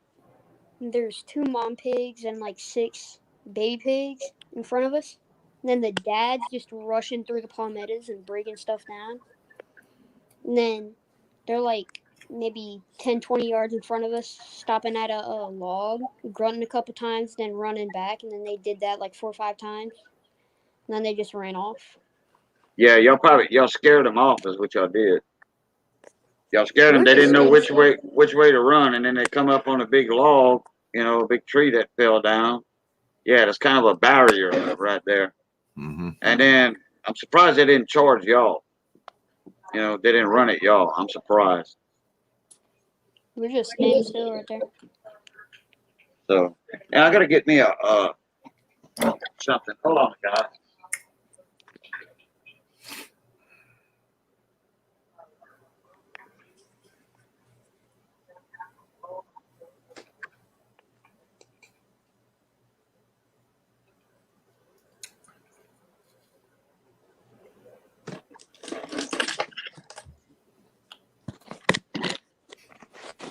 How much do y'all think this is worth? Proof 69, Ultra Cameo. Is that the presidential?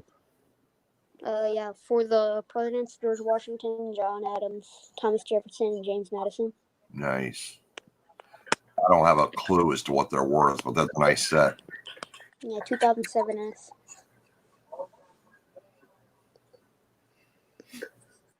NGC. Nice. I love how these companies come out with all these different cases. They were supposed to stop making dollar bills and keep making these, but people didn't like them because they were too heavy. Mm-hmm. The government decided that these would be better because they wouldn't get torn and stuff, and they could stay in circulation longer. Right. So they wanted to make these instead of stuff like this. Very nice. Hey, Dragon, how you doing, buddy? Mon ami.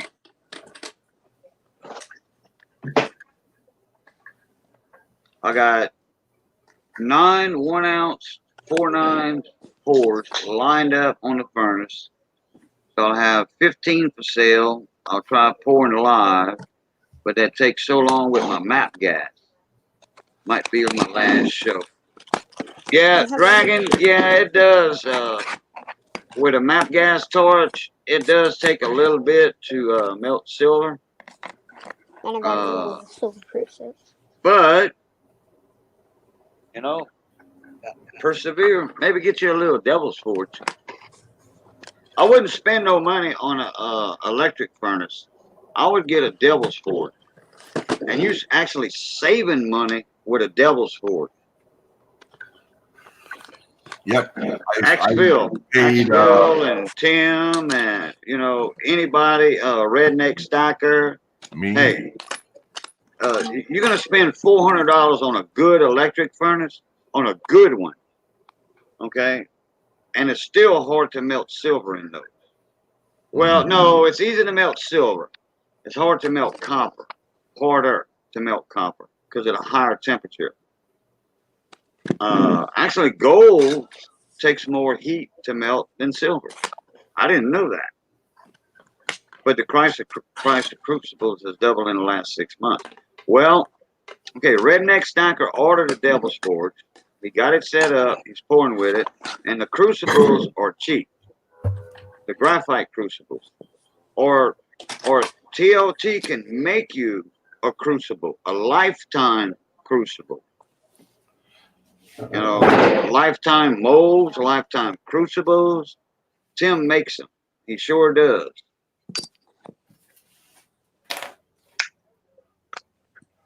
There you go, Cajun. What we got right there? That's yours from brand new Devil Forge. Oh, brand new Devil's Forge. Okay. Okay, now how much did that run you? $250? $235. There you go. $235, and you're gonna go buy an electric furnace for $350, $400? No. I'd rather the Devil's Forge. Yes, sir. Yes, ma'am. I would. How much do you what grade do you think this is? Boogie, I cannot honestly tell you that by a video. Let me throw you up here on the big screen. Okay. I see some cartwheel luster. Hey, do the cartwheel luster angles. Up and down and sideways. Okay. Yeah, I see cartwheel luster. Mm-hmm. Do you see any wear on the coin? On the high No, point? but there's What I would not do, much, but there's little specks. what I would do is look on PCGS photo grade and go to the Benji section, Benjamin Franklin $half section, and compare your coin. But you got to have a real keen eye on your coin to go above 65. Okay, and you're not going to get a lot of them above 65, 66. So in my mind, you're looking at an MS, a mint state on yours. And pictures in books don't help a whole lot. Yeah, PCGS photo grade on their website does the trick.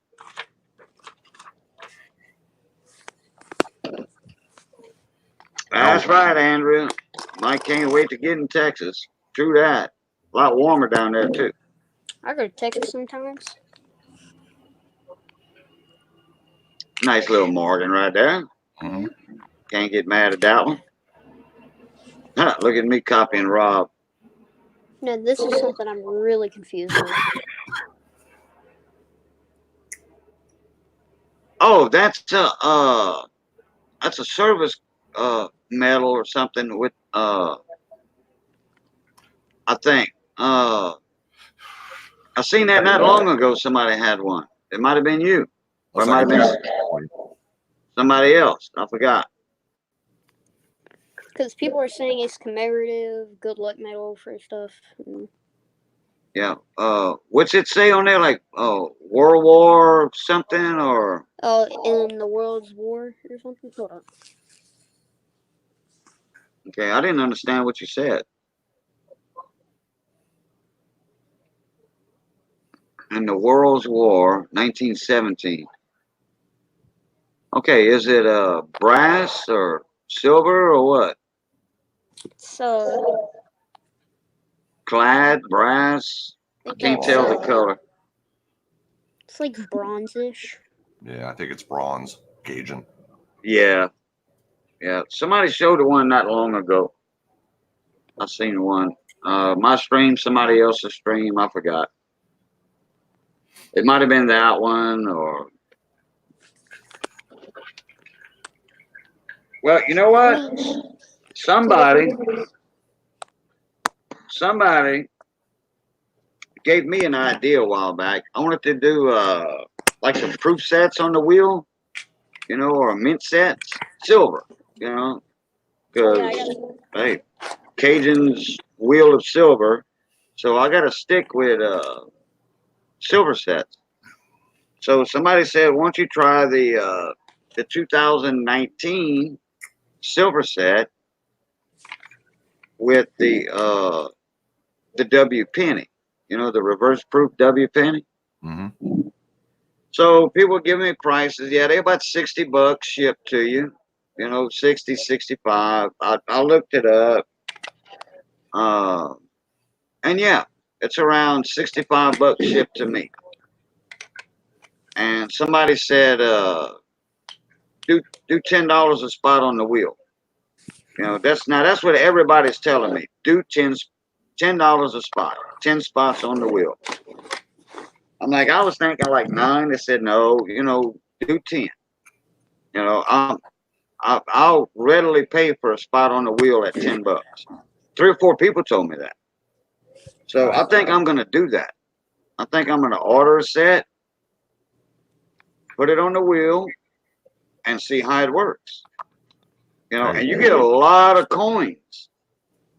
You know, you're getting a $50, you're getting the dime, and you're getting 5 quarters that are silver. 999 silver. Plus you're getting a reverse proof penny.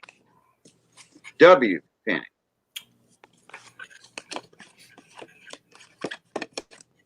Mine's San Francisco. It's kind of hard to see it. Was that a 90 what? 3? This Two? was 2002 San Francisco. Oh, I don't know why I see 19 whatever on it. Okay. Yeah, all that camera action you got going on, it's hard for that camera to focus on a thing. There you go.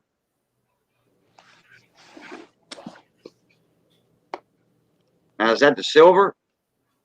Yeah, this is Silver State Quarters. Wow. Oh, those are nice. That's a mint or a proof? Proof. Mint. Okay. Oh, proof set. Never mind. Yeah. There we go. Oh yeah, man. I love the proof nickel. Cajun, I'll holler at you in a bit. I got to get some laundry finished up. Talk to y'all later. Okay, Miss Andrea. Take care, Andrew. This is on 90. I think she's going to be in the background listening. So, 99. Yeah. Well, look at that 90. proof nickel. Look at that proof nickel. Yes, sir. Now, this is my only proof set with a Susan B. Anthony. 81. Tell you what, you got you a nice little collection there, Boogie. Well, I've got a few more. Let's see, 1, 2. I got 4 more. You know, you got your safe right there in your bedroom, and you got you organized, and you know, you got a lot of sets, mint sets, proof sets, and stuff like that. You got coins, yeah, yeah. You got a nice little collection there. Now I'm going to the coin shop tomorrow to get another silver bullet for my grandpa. Okay, your audio is a little low, Boogie. I don't know if you're far from your microphone or what. Oh, look at that silver bullet, 45. And it's got like 1 ounce AG and .999 on it. Right. On the Yeah. bottom. 1 ounce silver. Somebody told me it might do some bullets too. Yeah, they got different kinds of bullets at the coin shops and stuff around me. One of them is in the coin shop that I get all my stuff from. They sell gold and stuff. Yeah, a pound gold bar, 1 gram bar. They sell ounces and stuff too. Is that the one in Denham? Yeah. The coin shop? Yeah. Cool thing about the kind of older proof sets is that they have a little stand with them.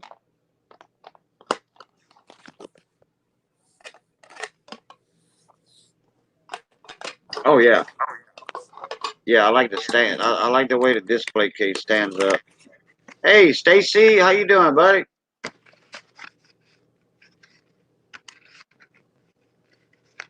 I mean, not that I would display it or anything, but it's just cool that they thought about that. Oh yeah, it's nice how they do that. Just for the people who might want one because they're good looking and stuff.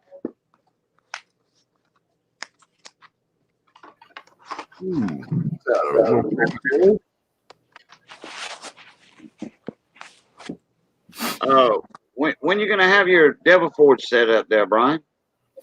I just pulled it out of the wrapper right now.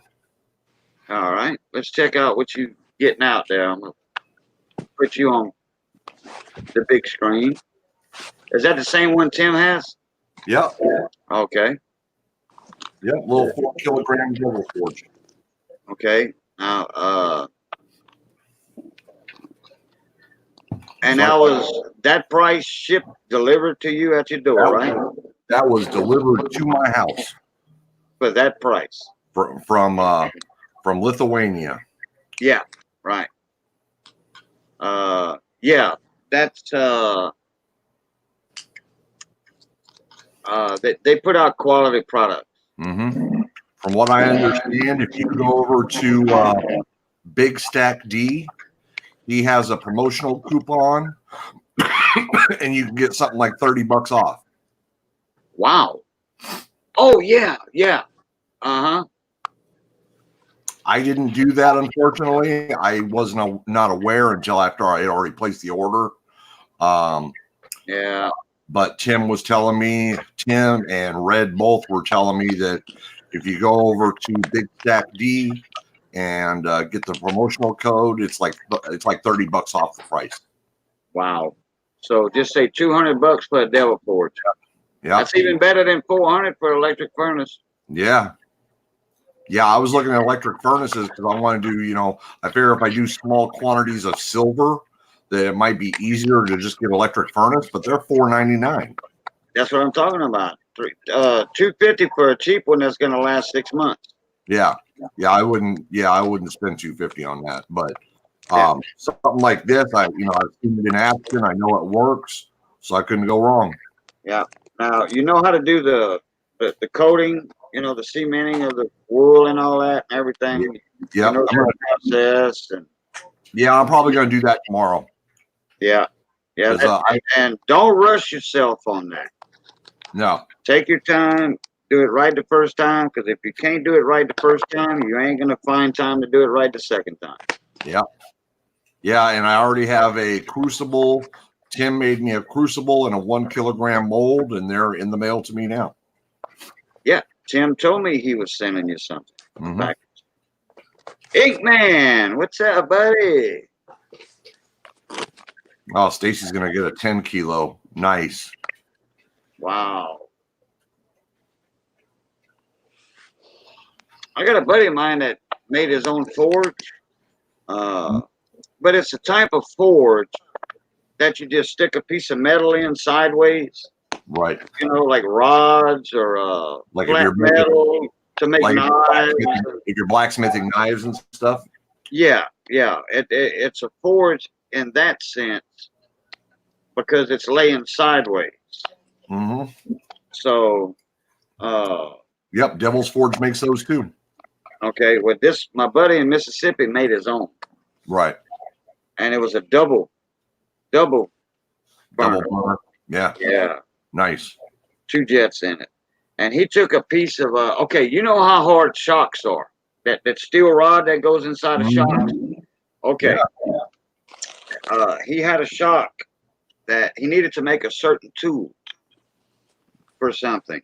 Mm-hmm. And he got that steel rod out of that shock, and within 3 minutes it bent like a rubber band. Wow. In that forge. Once that forge was hot, he put it in that less than 3 minutes. And he formed it. He had a shaper, that for that shape. Right. Like on his anvil or what have you. Yeah. And anyway, horizontal forge, right, Ink Man. And he said that thing bent like a rubber band. That easy. No effort. I will read. It got it cherry red. Nice. He said if he'd have left it in there for 5 or 6 minutes, it would have just kind of like drooped down and maybe got disshaped or whatever, It'd have been a mess. Yeah, he'd have to get another one. Yeah, I'm excited to get to work with this. I bet you are. One of these days, I'm going to grow up and I want to be just like you and Tim and Red. Yeah, I'm going to start with aluminum. I'm just going to mess around with aluminum for a while. Right now, I don't have anything else really to melt, and I don't have the money to buy, copper scrap at the moment. So I'm just going to stick with aluminum for a while. Yeah. Yeah, and you have a good supply. Take all your pop tops off. Mm-hmm. Because that's pure aluminum. That's extruded aluminum. So, you won't have no dross out of that. If you do, it ain't gonna be but crap. Oh, very little. Out of a whole crucible, you might get a gram of dross. Right. You know, you might get more dust out of the crucible than the dross.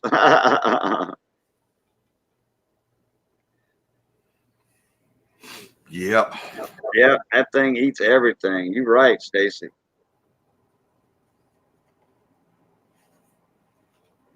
Yeah, if you ever watch Forged with Metal, yeah, or what's that show? Forged in Fire, where they make the knives and all that. Yeah, I think Forged in Yeah, Fire, that's or what Forged it in Fire, something like that. Yeah, I used to watch They that. make like knives and stuff, and then they test it on things Yep, they cut ice. They cut like animals and stuff, like Mhm. uh carcasses.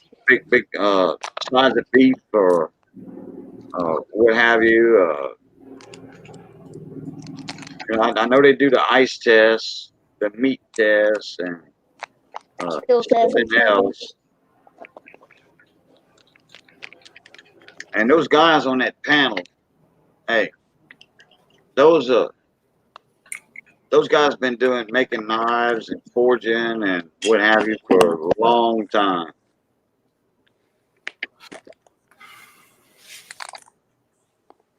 Bamboo, yeah, right. Bamboo also, yeah. Hog meat, they sure do. They make a bunch of weird knives and stuff. Oh yeah, they got knives on there that when I was watching that, they got knives on there I've never seen before. Mm-hmm. They forged out a meteorite too. They forged something out of a meteorite. Yeah.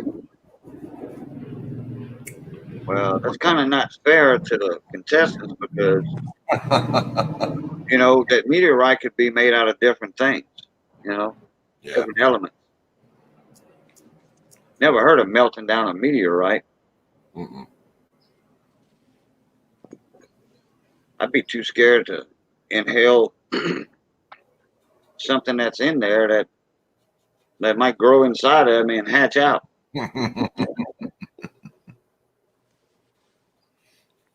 Yeah, talk about the unknown. Some little alien spores in there. Talk about the unknown. Yeah. Something comes from outer space. You don't know what that stuff's made out of. Mhm.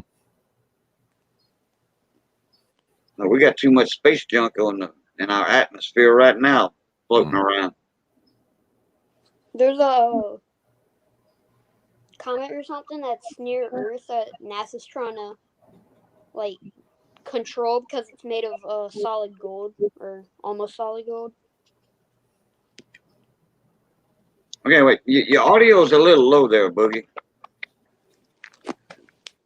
NASA's trying to get a comet that's almost completely gold.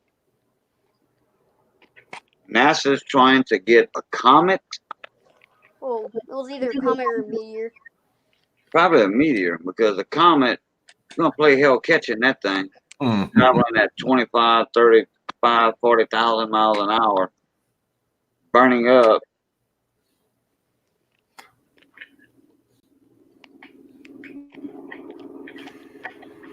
Alex Steele made a meteorite hammer.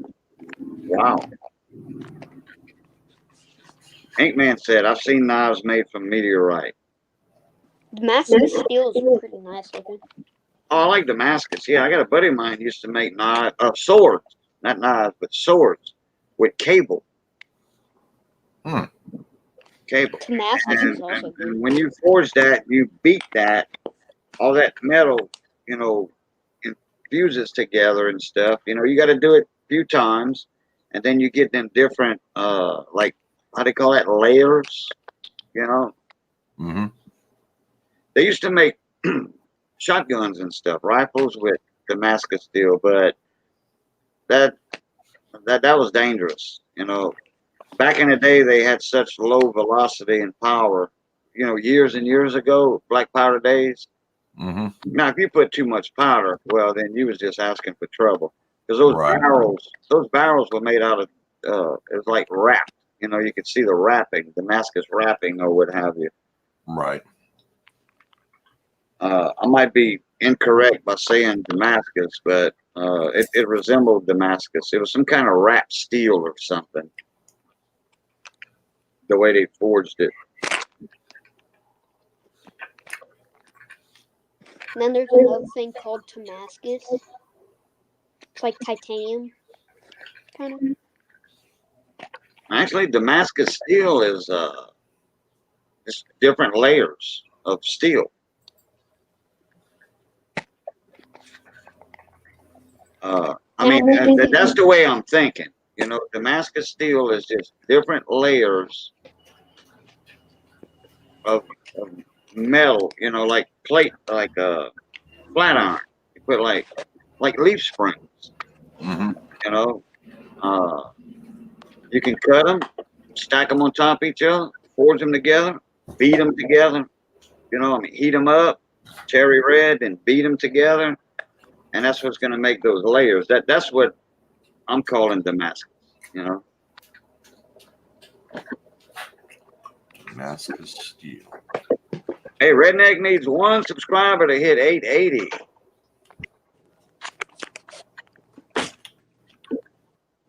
I think everybody in here has got you, Red.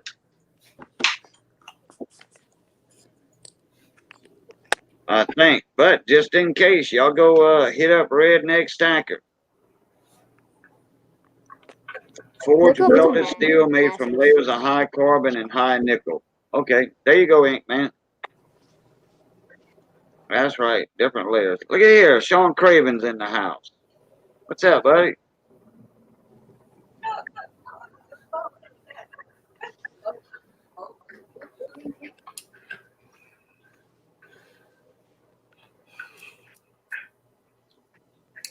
Damascus during the medieval period.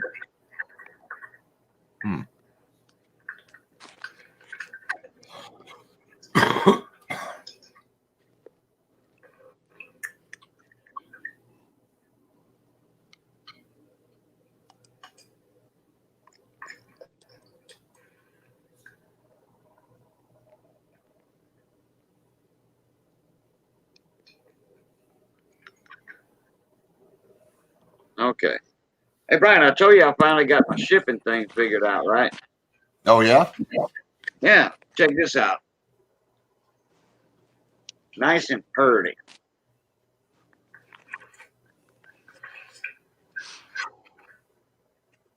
Nice. Yeah. Very nice. Nice. I was talking with Tim, Mm-hmm. and you know, last night in here, and he was telling me go to USPS.com. Mm-hmm. Well, when I hit USPS.com, guess where it brought me? Straight to Click and Ship. Oh, really? Straight to Click and Ship, the one I was having trouble with. It will not Click and Ship. It's priority mail and flat rate only. You know, with the boxes that come free from the post office. Right. Okay, you get the boxes free, naturally. But then, you know, you got to create a shipping label for it, and it costs you X amount of dollars, et cetera, et cetera. Mm-hmm. So, that USPS.com brought me straight to that Click and Ship. And I don't want to ship nothing priority mail, like that envelope. Right. You know, I could get the envelope free from the post office, them cardboard envelopes. Mm-hmm. And then bubble wrap it, but that's a padded envelope that I took out of my box. That's a 00 right there. And so Tim told me, TLT told me, he says, Cajun, go look on YouTube, and somebody's going to have a video out on how to create shipping labels with Click and Ship. Well, the first couple videos I saw were post office videos or whatever. And then I seen create shipping labels with PayPal. I said, hey, that's what I'm looking for. Mm-hmm. A lot of people told me, Hey, go through PayPal and it's even cheaper. Oh, nice. Yeah. And you print your labels. And guess what? I paid $1 cheaper for that through PayPal than I would at the post office. Yeah. I called Tim back. Hey, man, thank you. Thank you for telling me to look up on YouTube for a click and ship video. I went through Right. PayPal. He said, oh, I forgot about that. I said, Tim, I would go through PayPal from now on if I were you. Yeah. He said, I think I'm going to go check them out. And I told him where to go in PayPal. If you have a PayPal account, you automatically signed up for shipping. Oh, really? Nice. All you got to do is have a printer. And you print it on regular paper, printer paper, and they have a border, okay, around right here. All right, y'all see the where that QR scan code is, or whatever it's called. All right, see the barcode on the bottom. All right, you see that big border? Yeah. All right, I got shipping tape right here, and I folded it over the other edge, you know, like this. Okay. So that tape is not over that QR scan and that barcode. Look at that big border right there. You print a regular sheet of paper, and then you cut this out. It has a dotted line to cut it on. Right. And then you can use that paper to make little notes or scratch notes or whatever. You got a half a sheet of paper. And you just tape it to your envelope. Wow. Now I wonder if you could print two labels on the same piece of paper. So that way you just cut it in half and you have two labels. Yeah, I could put the factory edge of the paper down. You know, after I cut that label off, I can throw the factory edge off, down, and reuse that other half a sheet of paper. Yeah, there you go. Yeah, because it only prints on the top. When it comes out, it's on the top half. Nice. But I don't want to, next time I print one, I got to print one more, for the win today. Yeah. You got to print two more. Yeah, I want tracking numbers on Andrew stuff. I want tracking numbers. I do. And if I have to, I'm going to revert all my shipping to tracking numbers in those envelopes. But guess what? Guess what's going to happen? The wheel spots are going to have to go up. Yeah. Yeah. Because it's more shipping. I'm paying almost $1 to ship my wheels anyway. And that was $3 to ship that one. Yeah. And well, okay, I don't want to jinx myself, but when I entered the weight and the size of the, I just entered a thick envelope, padded envelope. Right. I didn't want to know the size or the number on the envelope, like 00 or 000 or number 1, number 2. It just wanted to know, is it over 12 inches, I think, or what? But it's not. Like 5 by 7, 4 by 7, something like that. Right. So I'm gonna bring that to the post office tomorrow in Mamu, and I'm gonna say, I need a book of stamps. I need a book of errors, and I need a book of 15 cents additional ounce stamps. For my wheels. For my small coin. Right. Right. And then I'm gonna hand her that, a couple of envelopes, and if she weighs that, okay, because it's a woman there at the post office, if she weighs that and checks it, if she scans it and then weighs it or whatever, she's gonna say, okay, you owe me $2 more. Well, I need to reconfigure something with PayPal or whatever. I'm gonna say, well, look, that's what the United States Post Office told me to pay, and it printed that label out. And the weight on it's 2 ounces. I should have put 3, but it was under 2, so I just put 2 ounces. Mhm. And that's what they gave me right there. Yep. Yeah, I don't know if they question those that often. Maybe they do. I don't know. I don't do that much shipping. Yeah, well, I'm doing a lot of shipping, but in regular envelopes, and these are the first labels I'm making. It's the first label I ever made, and that's the Quadzi.com right there. Right. That's his West Point quarter. Looks like Red ordered some dishes from China. And half, 3/4 yeah. of them came in broken. Yeah, them whipping dishes. Oh man. Just to get more broken ones, probably. Mm-hmm.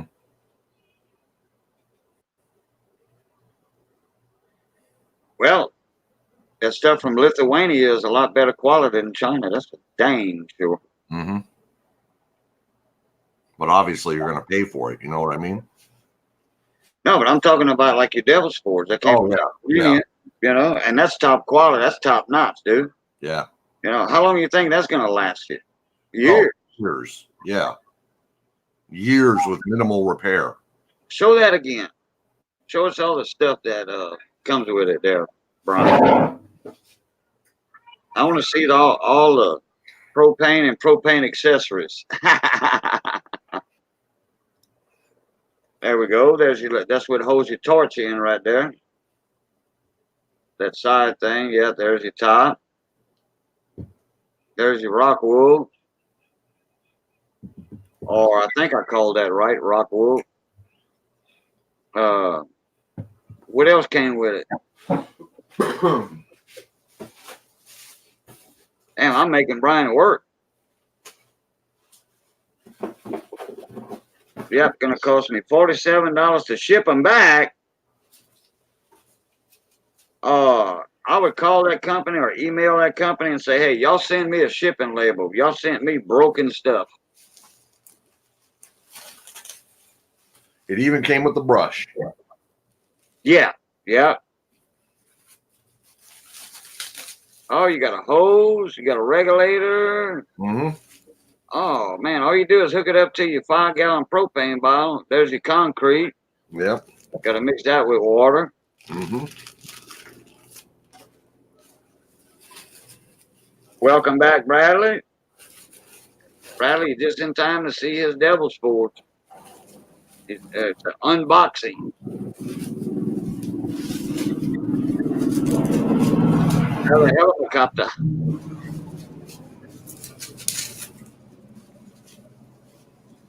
There's the brick that goes in the bottom. Yeah. Do you have to do anything to that, or it just sets down in there? No, it just sits down in there. Like that, okay.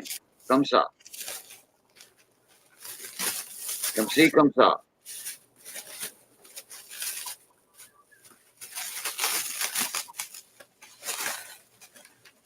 That should be your regulator, huh? Yep, my regulator. Yep. And my fittings for the regulator. Right. The glass, obviously the hose. Yeah. All curled up. Mm-hmm. Put it in the sun and get it warm. It'll straighten out. And keep it straight. There's your torch, I think. Yeah, it is. They got this stuff wrapped up so tight. Well, they did a good job. Yeah. I like companies that ship outright.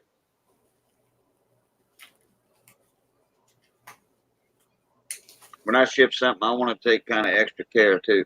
Yeah.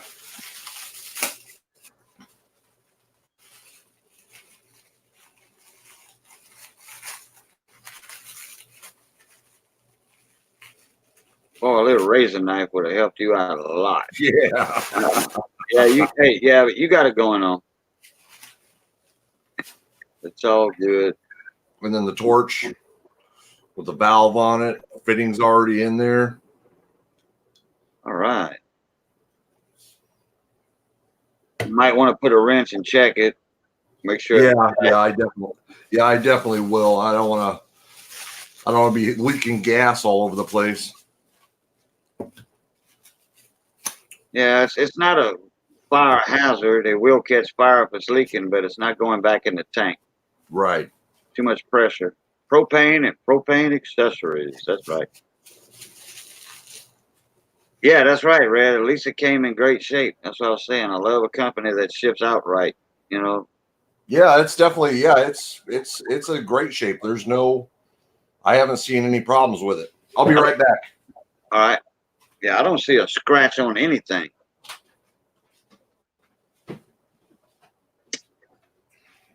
Red, how much did it cost you for your Devil's Forge? I'm pretty sure you got the same one. I don't know if they charged you more to ship to Canada or what. I think Tim told me it cost him $250. You know, which he probably rounded out $235 to $250, or he might have ordered something extra with it.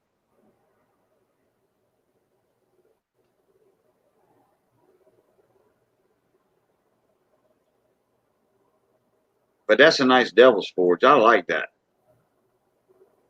If I would get back into pouring, that's what I'm going with. 325. Oh, they knocked you for shipping then. They hit you in the head for shipping. Or oh, okay. 325 Canadian. Gotcha.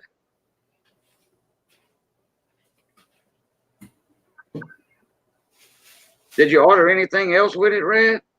You know, like a crucible or something like that?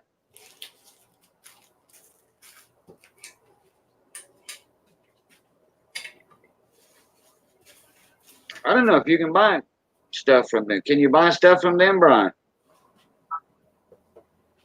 Yeah, you can buy. Oh, yeah, you can buy a few things from them. Crucibles and stuff like that? No, when I went on there, I didn't see crucibles and stuff. I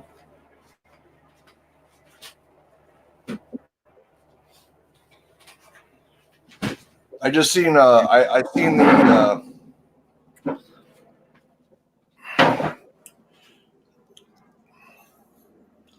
I seen the torches. They have the torches. You can buy the torches individually. Um, um, Stuff like that. I didn't see an awful lot on their website. Their main thing is their Devil's Forges, obviously. Right. Yeah, I know they got different sizes. You got your single torch, double torch. Their 4 kilogram, which is what that is their most popular, and believe it or not, their cheapest forge. Oh yeah, yeah. The 10, it's popular because it's cheap. the 10. Well, the size is pretty pretty popular too. That 4 kilogram size. Right. They sell a smaller one. I think it's a 1 kilogram, but it was like $350. It was more expensive than the 4 kilogram one. Oh, or no, wow. it's I'm sorry, it's a 2 kilogram. Oh, okay. I think Stacy said something about a 10 kilo. Yep. Yeah.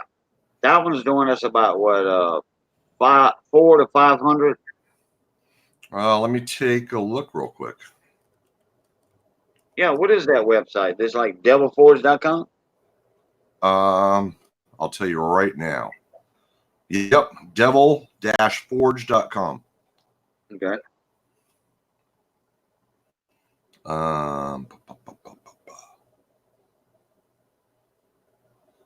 Let me see real quick. Yeah, I would love to get back in the pour. Two, Gas furnace. 2, 4, 6, and 10.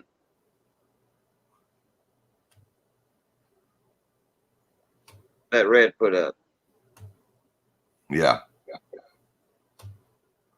Yeah, that 6 is going to be probably around 350, 400, and that 10 probably be 500. Yeah, yeah. My grandma had one like that too, Hector. But my grandma's was older because it didn't have the guard. It was just a fan, and you didn't dare, no grandchild dare to get close to that fan. $570 is what the 10 kilogram forge goes for. Okay, yep, 500 plus. And then they've got the With 20 the 20 kilogram size, which is $1,567. Oh wow!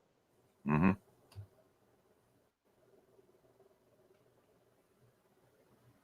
But believe it or not, still use. Oh, you know what? No, I take that back. It uses 2 burners for that big of one.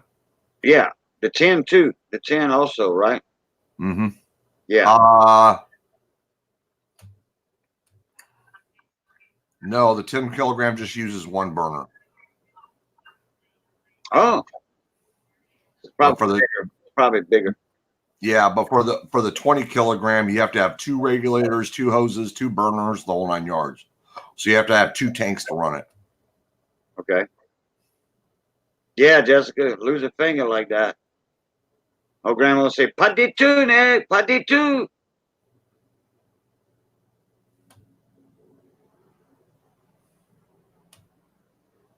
And their website's really well laid out.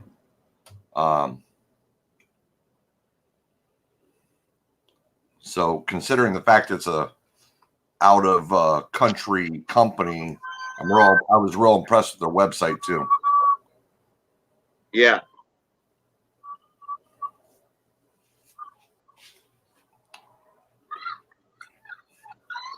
You know, the Chinese and the Japanese, well, Japanese has better quality anything over Chinese. Yeah. Yeah, you can buy some Chinese furnaces. If you look on like Amazon or eBay, they sell some Chinese ones, but I don't trust them. I wouldn't trust them. Yeah, I don't like Chinese products neither. Carburetors for small engines, I do not order a Chinese carburetor for any Briggs and Stratton or nothing. I don't, and that's not because I'm a Briggs and Stratton dealer. It's just because there's too many people that have problems with Chinese cars. Some people, hey, you get lucky, 90, 80% of the time, but there's a 20% chance or 50% chance you're gonna get a bad carb, and guess what? You stuck. Yeah. By the time you get another one, and your customer's not happy, you know. I order quality stuff. And And to be honest with you, it's really not that much more expensive to go with a quality one. That's right. That's right. Less headaches. I mean, it's worth it. If you got an American aftermarket company making something like that, yeah, okay. But Japanese carbs now, because Japan, they make Honda engines. All right, and actually Briggs and Stratton, their Vanguards, they're twin cylinders. Okay. Briggs and Stratton had a contract with Japan, and they made Vanguard Briggs and Stratton engines, the commercial line, for years, like, I don't know, 10, 15 years probably. And then thanks, Hector. When Donald Trump got in there, our president now, Briggs and Stratton opened up a brand new multi-million-dollar plant to make Vanguards in the United States and give jobs, like 400 jobs. So Briggs and Stratton Vanguards, as of 2 years ago, are made in the United States now. But Japan had a good quality. I've been real happy. The lawnmowers, I mean, the small engines that I bought, most of them have been Tecumseh's. Tecumseh, yeah. And whenever I had issues, like when I had issues with the carburetor, I didn't go through everything of trying to rebuild it and get a rebuild kit for it. I mean, I picked one up for like $46 or something like that, and it was an original Tecumseh carburetor. Yeah. Okay. But Tecumseh, the carbs are so easy to rebuild, and most of the time they just need a cleaning. That's it. Okay. That's it. It's stale gas, volatile gas, give it a good cleaning and an ultrasonic cleaner, or spray it out good with carb spray. After it's apart. Right. Right. After you tear your carb apart, that's when your carb spray comes in. And try not to get it on the the seat. Right. If you get carb spray on the seat, it might have a chance of it swelling up. But you can always tell if it's going to swell up, because once you put the float back on, Mm-hmm. the needle, the float, and your float pen, if your Mm-hmm. float's raised up, your seat's swollen. That's Ah, pas bon. okay. Not, that's when you need a kit, or you can just go buy a needle and seat. Right. Right. $5. The kits on those Tecumsehs are depends on which size engine.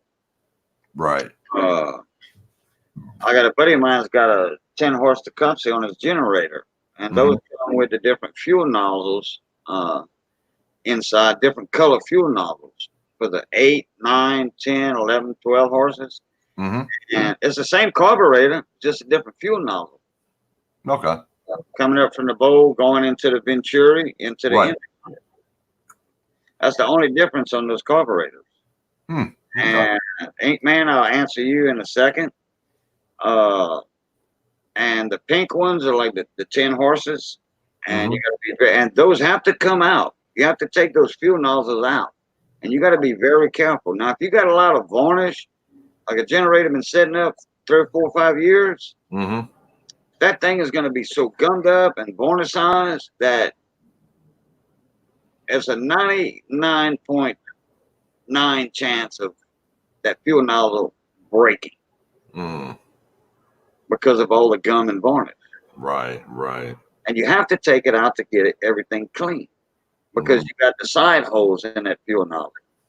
Okay. Got the little holes on the side, and then the one coming straight up, and that's what disperses it in the nozzle. And I know on automotive carburetors we usually call those emulsion tubes. Yeah, that's what it is. That's what it is, an emulsion tube. Yeah, it mixes the air and the fuel together. A lot of people just call them fuel nozzles, but it's an emulsion tube. You get the fuel nozzle will go the emulsion tube goes into the nozzle goes into the emulsion tube. And that's what atomizes. That's what those little side holes, the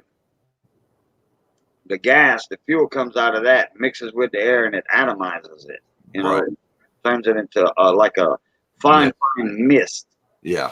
And then it goes up in the venturi of the carburetor, and those are horizontal engines. So I mean, everything's horizontal anyway on that. So once it comes up to the venturi, then it goes sideways into the intake port on the engine. Okay. Those little holes have to be cleaned out. Yeah. So if you break it, you can order just a fuel nozzle. Not a problem. Getting the broken part out's the problem. Not really. Oh, okay.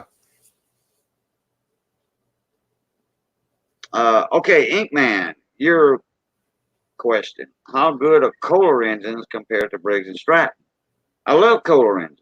I ain't got nothing against them. I work on Kohler engines. But the Kohler Courages, if it says Courage on it, we call them discourages. Small engine technicians call them discourages. Especially because they are bucket engine. The sump is on the top of the engine instead of on the bottom. When you take the top cover off, that's the sump. And it looks like a bucket when you look down, like a 5-gallon bucket or a 3-gallon bucket looking down in the engine. You got your crankshaft, you got your cams on top, all that. And what happens with the Kohler engines, there's some kind of bad engineering design. The bolts become loose, and you got to retorque them about every 6 months. Or I would advise customers to tighten their bolts, check them every 6 months. Pop that air shroud cover off. Bring it to me. I'm not going to charge you anything. Bring it to me. I'll torque it down to specs. Nice. What it does, they get loose. Everything vibrates. You got oil leakage. If you see the slightest hint of oil leaking, your boats are loose. Or Now, they've been loose for a while. And then what it does, it causes the block to crack. oh, jeez. Yes, sir.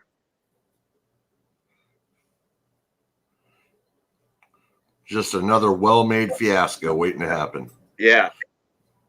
But Kohler did improve their design a little bit on the Courageous. Now, if you got a Kohler Command Pro, yeah, that's the commercial line of Kohlers. You got something good right there. Now, we don't sell Kohler engines. I can order them. But Briggs are cheaper, and you're going to get a Vanguard cheaper than a Command Pro. Yeah. I've done many a Kohler Courages, like the 18 horses and stuff like that. I've done many of those. I repowered many a zero-turn Cub Cadet zero-turn motors, and Aaron's Gravely zero-turn Ariens. We call them Aaron's, Ariens, Aaron's. I've repowered many of those with a Briggs and Stratton.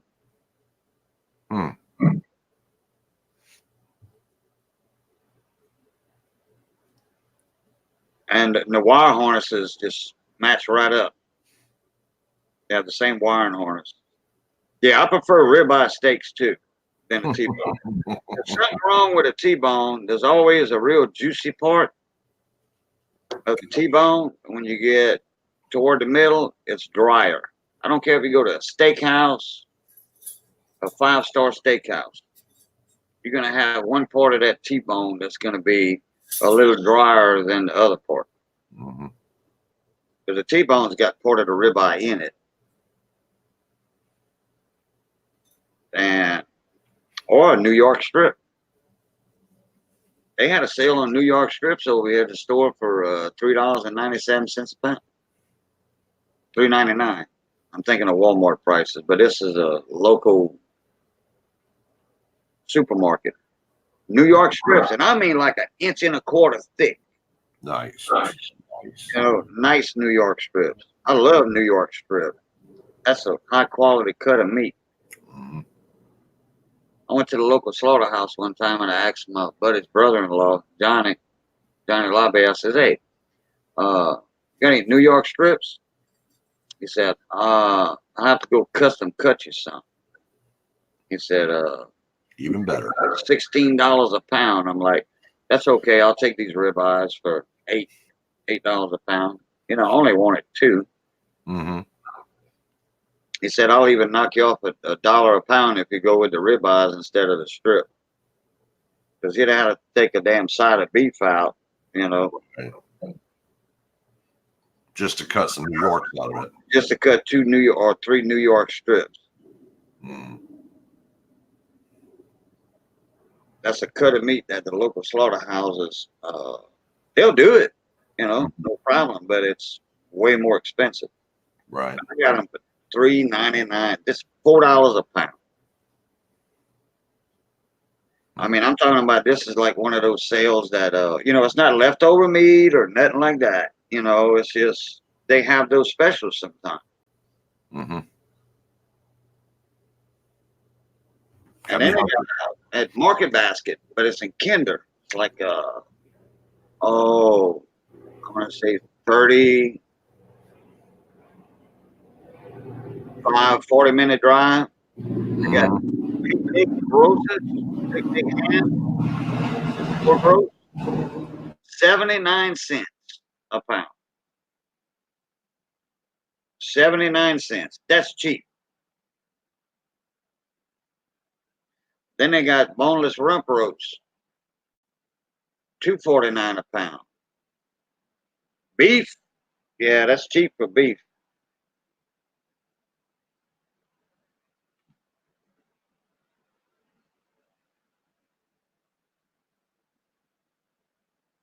Yeah, Brian, we heard the wheels turning in your head on the prices of that meat. It was a helicopter. But hey, 79 cents a pound for a picnic ham roast. That's cheap. Yeah. Yeah, it's hard, you know, it's hard to find, you know, good quality meat around here. There's a couple of butcher places. They're a little bit of a drive away. Most of the time you just got to deal with what you get off the shelves at the store. You talking about Walmart? No, I don't even buy meat at Walmart. I go to like Vons. I don't know if you guys have Vons out that way. No. Vons or Albertsons. Oh, Albertsons. Yeah, we got that. We got Rouse's. I think Rouse's are buying out the Albertsons around here. The problem is most of the meat that people buy around here is stuff like carne asada. Oh yeah, yeah. Flank So, steak, skirt steak, yeah. stuff like that. Yeah, yeah. We have slaughterhouses over here down in South Louisiana. I mean, every town has a slaughterhouse.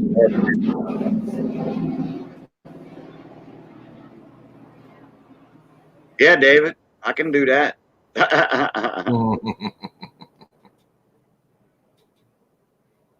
I'll have to put that in a styrofoam box with some dry ice. And I don't know where I can buy dry ice around here. And I know that stuff's not cheap.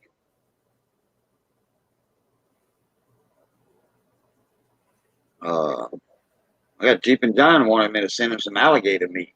You know, tail meat. Like, you can get it online, order it from Riceland Crawfish down here, cheaper than I can buy it from them and send it to you. Right. Now, I used to ship seafood. I worked for a seafood company, and they had an account at the airport. We would box our stuff up, put our frozen gel packs in there. We were sending out live crab from Louisiana and Texas, Gulf of Mexico. The crabs, the big #1 crabs, coming from Louisiana waters, going up to Maryland. Wow. Maryland. Yeah, imagine that. Maryland say they got the best blue crab. Maryland blue crab. Guess what? They do got good blue crab, but they have a shortage of them. Right. So they order from Louisiana. They have a truck from Maryland every day at the dock in Lafitte and Cocodrie and Chauvin. They got trucks from Maryland with Maryland addresses on it with the name of the seafood company. They get loaded up in that reefer truck and they haul booty back up to Maryland. Oh, yeah, I bet. With thousands of pounds of crabs. Bubba Gump Shrimp Company. Oh, yeah, Nate, when we go down to Chauvin and meet Matt 83, I think Matt is going to be able to, he's forced to do an extra hit. Okay. We was going down there. The tide was just right for working the butterfly net, catching shrimp and crabs. The tide was going to be a strong tide. And that was Matt 83's days off. And Matt wants to meet me in person. Okay. Not just on the phone or through YouTube videos here, you know. So anyway, he was like, Boudreaux, I got some bad news for you. I'm like, what? He says, we won't be able to meet y'all down there. I got to work. I'm forced to take an extra hitch. My boat's going to be on dry dock, and somebody's not able to work, so I got to work. I got to take their place. You know, he's seniority, you know. It's like being a manager of a store. If somebody don't show up at their shift, the manager's got to take their place. Yeah. If they can't call somebody else in, you know, and you can't make a person work 3 triple shifts, you know, labor laws or what have you. I don't know. some places you can't make them work a double shift, like a 12-hour shift. You can't make them do that. Right. So, anyhow, Matt said, I think I'm going to get about 3 or 4 days off from that head state. Going to get a temporary captain and take my place. And I better meet you and David and Missy and Diane down there. I'm like, okay, that'll work. And you see, his son's in school. His son's only 12, so he don't drive. Now, he can drive a boat down there, down the bayou. But that would cost a bit too much for gas and stuff. So I said, well, we can just pick your son up. You know, have your wife come over or come fishing with us or whatever, you know. He says, yeah, that's something to think about. You know, the wife and my boy can go down there, which is Ranny. And you've seen Ranny in my streams already. Yeah. Ranny DeFelice. Yeah. That's Matt 83's son. So he said he might be able to get 3 days off, 4 days off to come down there. But I will take a video. I will be taking videos, and I will be taking videos of that trucks from Baltimore, Maryland, or Maryland, whatever, Chesapeake Bay area, down here in Louisiana to pick up our crabs to ship up there. Because they sure ain't delivering us our crabs down here. We got too many of them things. Uh-oh. There's going to be a real live stream. Red shaving off his beard. What? That's what he says. I'm thinking of shaving my beard off. You want to do it in here, Red, or you want to get on your own live stream and do it, or what? Get you some watch time like that on your stream. I'm thinking of boot it, hey? I boot it. Hey, Kellen L. Finally got your phone back. That'll work.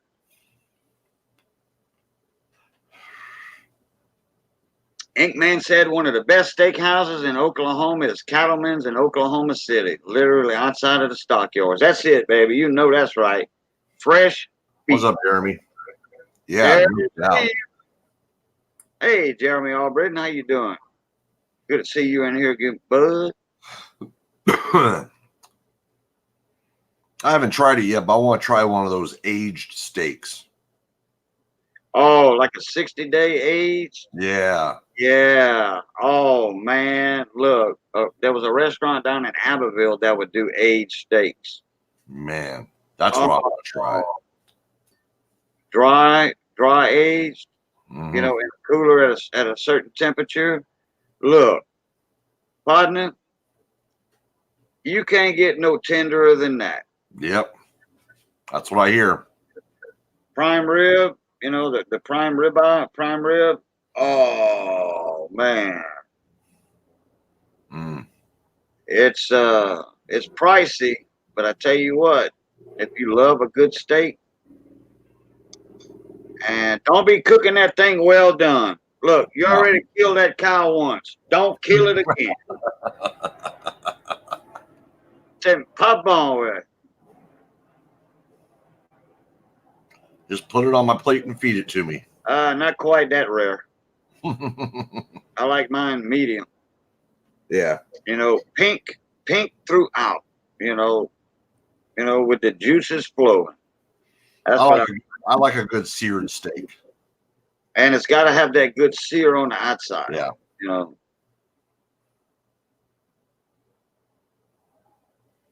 That's what I like to do. I usually sear it and then I'll throw it on the barbecue for 5 or 10 minutes at the most. Yeah, 10 minutes. Now, if it depends on, because if you get your fire on one side of the pit, I go like 3 minutes, 2 minutes, 3 minutes on each side. Yeah. Then I go 2 minutes.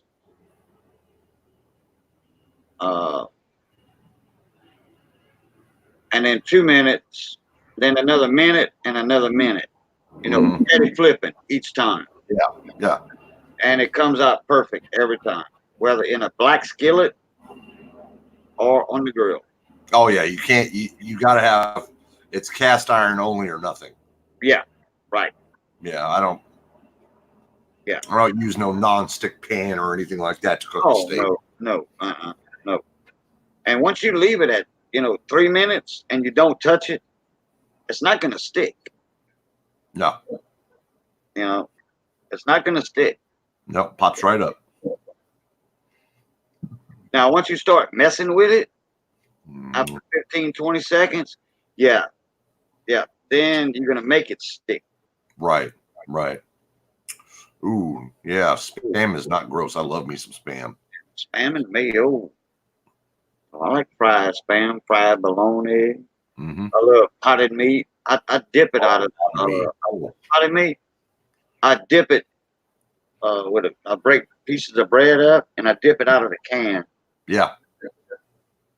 Oh, man. Yeah, I love me some potted meat. Now, I can't find Libby's potted meat anymore. I can find Libby's Vienna sausage, but I can't find Libby's potted meat anymore.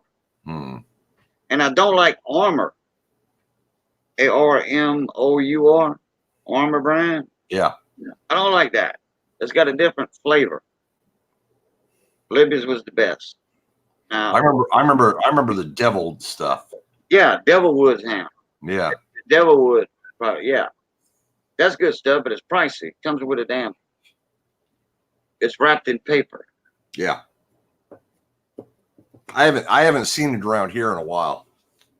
Oh, I see it on the shelves all the time. I just don't get it. It's too pricey. Yeah. I wanted 3 for $1. I get 3 of those for $1 and a loaf of bread for $1.50 and Evangeline made bread. Not cheap bread. Evangeline made the best bread ever in South Louisiana, and it's better than Wonder Bread, or Sunbeam Wholesome, which Evangeline made. Our bakery down here, our Evangeline made bakery makes Sunbeam. So go figure.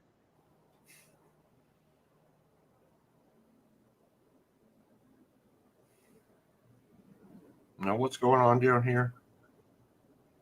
TLT, no subs for subs now. No subs for subs. Well, he did get that strike for that, or claim strike or something. YouTube said he was doing sub for sub, and he was a moderator in that channel, in that stream. And YouTube took it back.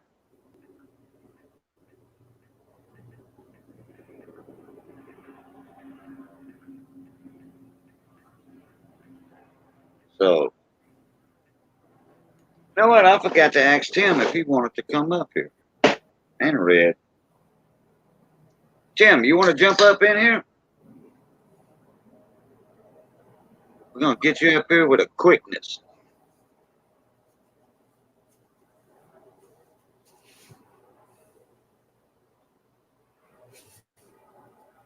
Snake Man, submarine sandwich. Submarine sandwich. I don't do subs. I do po' boys. Fried shrimp and oyster po' boys. French bread. That's what I'm talking about. Or fried soft shell crabs. You eat the whole crab, shell and all. It's soft. Everything on a soft shell crab is edible. Everything. The only thing I do, I cut the eyes out, and I lift up the little flap, and I cut the dead man fingers out, the lungs, and that's it. I fry, but everything's edible on that crab. I just take them out. How you doing there, Mr. Tim? Doing pretty good. Good. Let me show you something. You probably already saw it. It's getting old. Hold on 1 second. I'm popping my chat out so I can see YouTube chat. Oh, okay.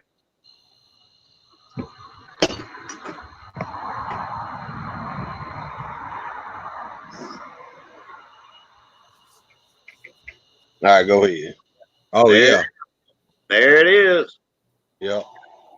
Came out nice and pretty and fit perfect on the envelope. I taped it on there. I did the, you remember I was telling you about that border around the edges, that big wide border? Okay. I got the tape coming from like right here on the border. It's not going over that QR code, whatever you told me it was.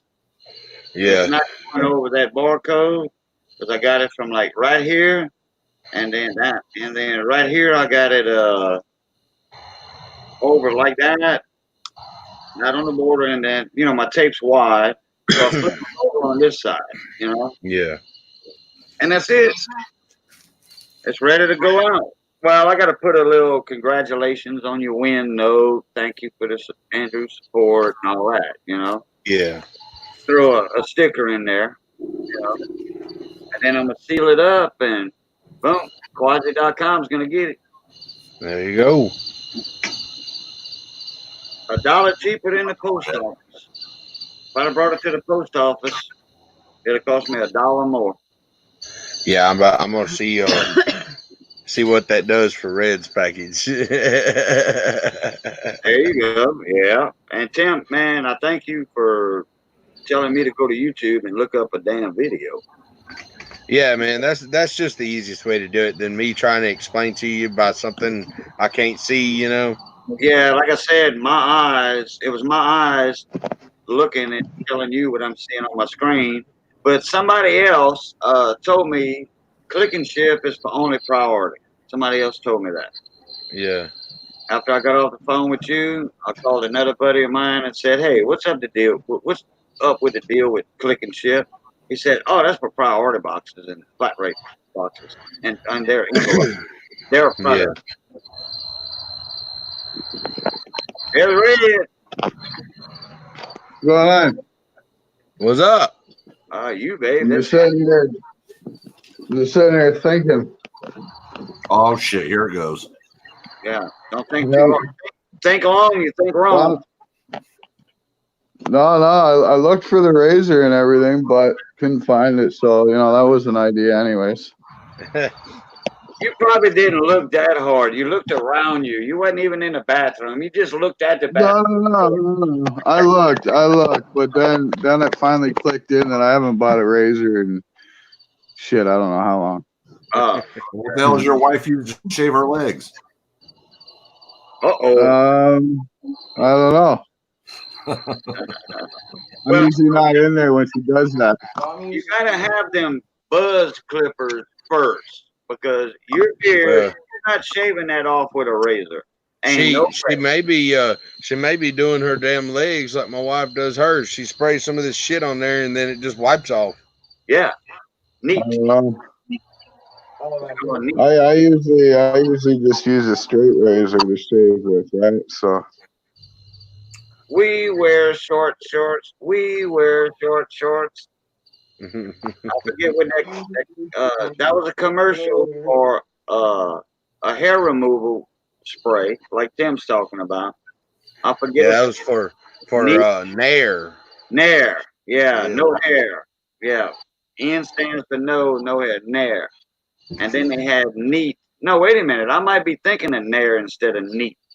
Yeah. I think neat did make one of N-E-E-T. Or N-E-E-T. I think they did, but I think it's Nair. That I'm well, that short shorts one that you're talking about, that was Nair. I remember that one. short. And they had they didn't have no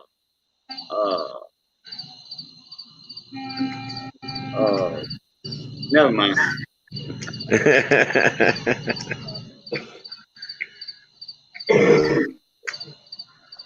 When you go to work in an hour? I go to work and I actually clock in an hour and a half, actually. 9:30 to 5:30. Your buddy's gonna be there tonight? Huh? Your buddy's gonna be there tonight? Your hot dog eating buddy? Oh, I don't know. I don't know if he works tonight or if he's off tonight. Oh, okay. So, Tim, did you hear, man? I ordered 20 whipping dishes. No, I didn't hear, dude. In today. Yeah, they came in today, and 16 of them were broken, dude. Oh, hell. Yeah. Those damn Chinese whipping dishes. Yeah, it's gonna cost me $47 to ship them back, because that's what they want me to do. Even though it only cost me $40 to buy the fucking things. Yeah. Wow. But no, I would get a hold of the email and say, look, y'all sent me broken dishes. Y'all send me please send me a return shipping label so I can send them back to you. Well, I did email them, and they said if you want us to replace them, we have no problem doing that as long as you pay to ship them back. I would say that's not acceptable. Yeah. Bradley got his package today.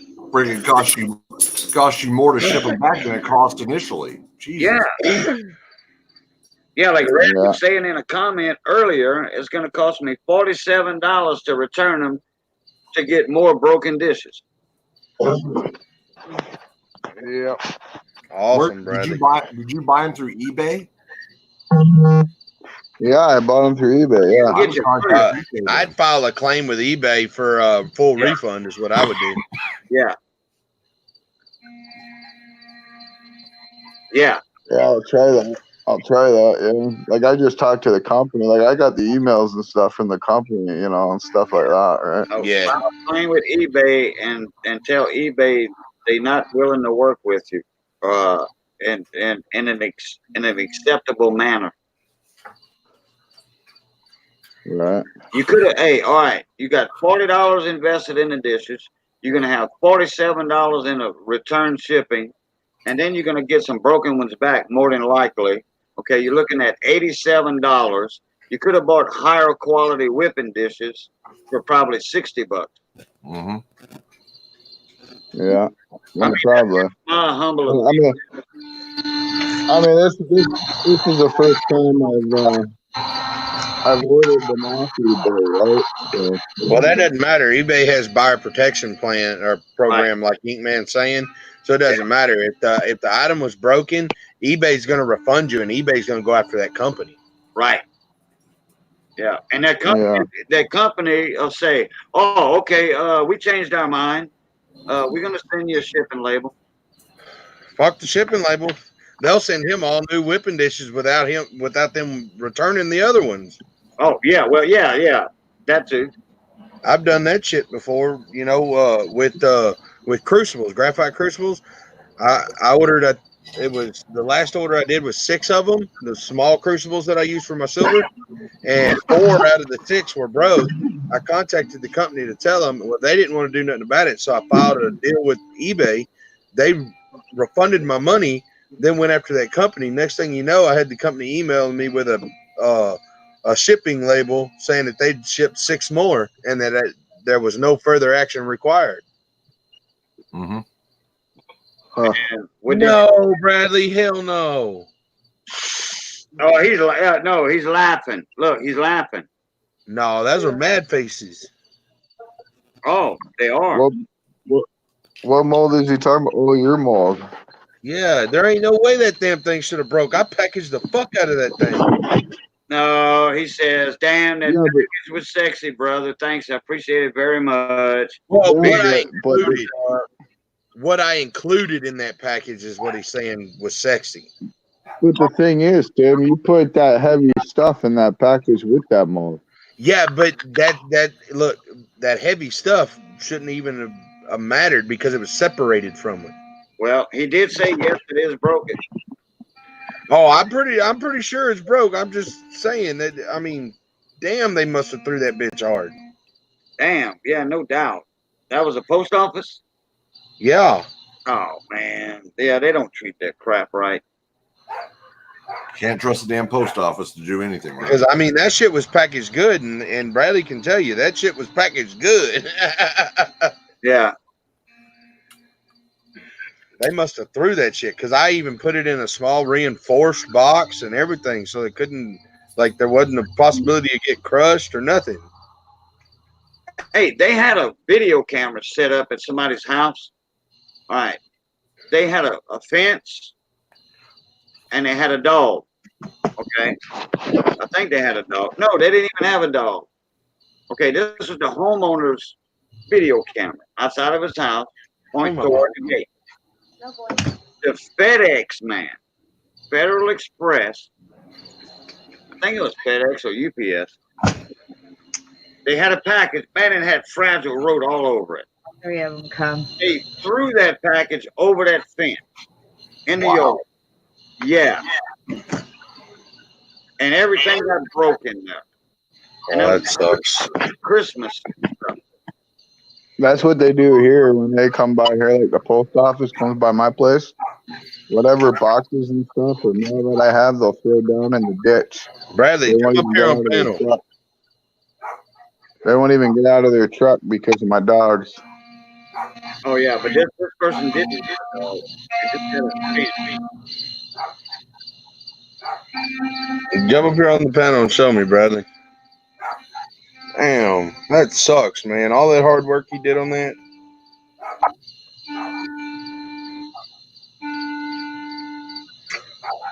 What's that noise?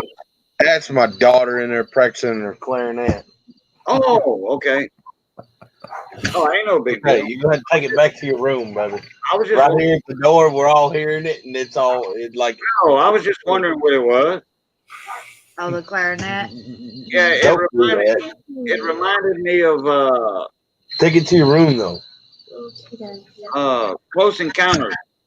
You know, with that music, it reminded me of that. I know you may be working on molds, Bradley, but jump up here real quick and show me, man. I hate that. Hey man, I thought I was gonna get a concert from Ashley there. Now you just sent her away. What the fuck? Or text me, Bradley. Text me a picture of it. Hell. No fucking way, man. So it was a mold you sent him, a graphite Well, mold? okay, he made me he made me a custom mold, okay? And sent it to me. Yeah. And I tried pouring it in silver several times. It wasn't coming out correctly. Right? Okay. It would pop out of the mold. It just wasn't like the design wasn't coming out correctly. He said, send it back. He's going to engrave it deeper. That way it can get better detail, right? Okay. So that's what I did. I got you. Yeah, I was confused. Like, well, if Bradley made it, why did you ship it to him? But it was because it wasn't coming out right, and he wanted to make it, Gotcha. deeper so it would get the detail. Gotcha. Okay, god dang. I finna, boy. All you hear was shooting a green one. I'm finna say, damn, boy. me I'm finna see. say, I know I packaged that motherfucker correctly. Show a picture of it. No, he just said that in chat. He said, okay, damn, I was joking. Oh, okay. You know how many times he's done that though, and we both have fell for that shit. What's up, Hayden? Well, I mean, it was a good possibility. I mean, there was another really, really heavy piece in that box. Okay. Hey, you know what? I know Bradley well enough with him saying something was bad or whatever, and he was joking. Hey, yeah, but Cajun, Done it before. it was damn possible that other piece that was in that box with that mold could have, like, broke it if the package got dropped or thrown around in the truck, just because that other piece weighed almost 3 pounds by itself. Oh, gotcha. So, Hello, Hidden. How you doing, buddy? What's up, Hayden? Hidden, shut the fuck up.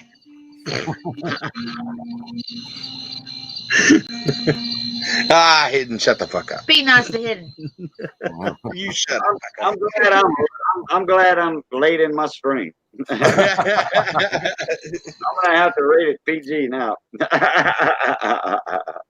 I don't rate none of mine PG, and YouTube still lets them go through. This is late night Cajun here. I'm glad it's late in the stream. Yeah, wait, Bradley got your goat though. He did. Bradley got your goat on that one. Hey Tim. Yeah. You know those old cannons? You know them old cannons? They got instead of like the ball that goes in the cannon. It's like shaped like a bullet. Yeah. But they're like really huge. Mm-hmm. My LCS got one in today. He called me. It's 100 ounces of silver, dude. Damn. What? Yeah, it's an old cannon bullet. Yeah, but who the hell makes a cannon bullet out of silver?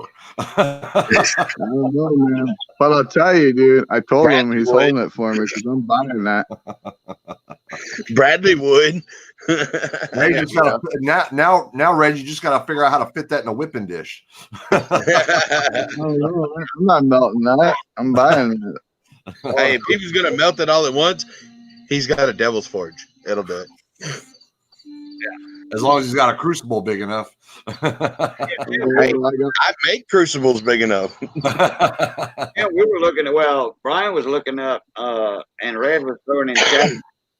They got that the 10-kilo forge and the 20-kilo forge, the double burner and all that.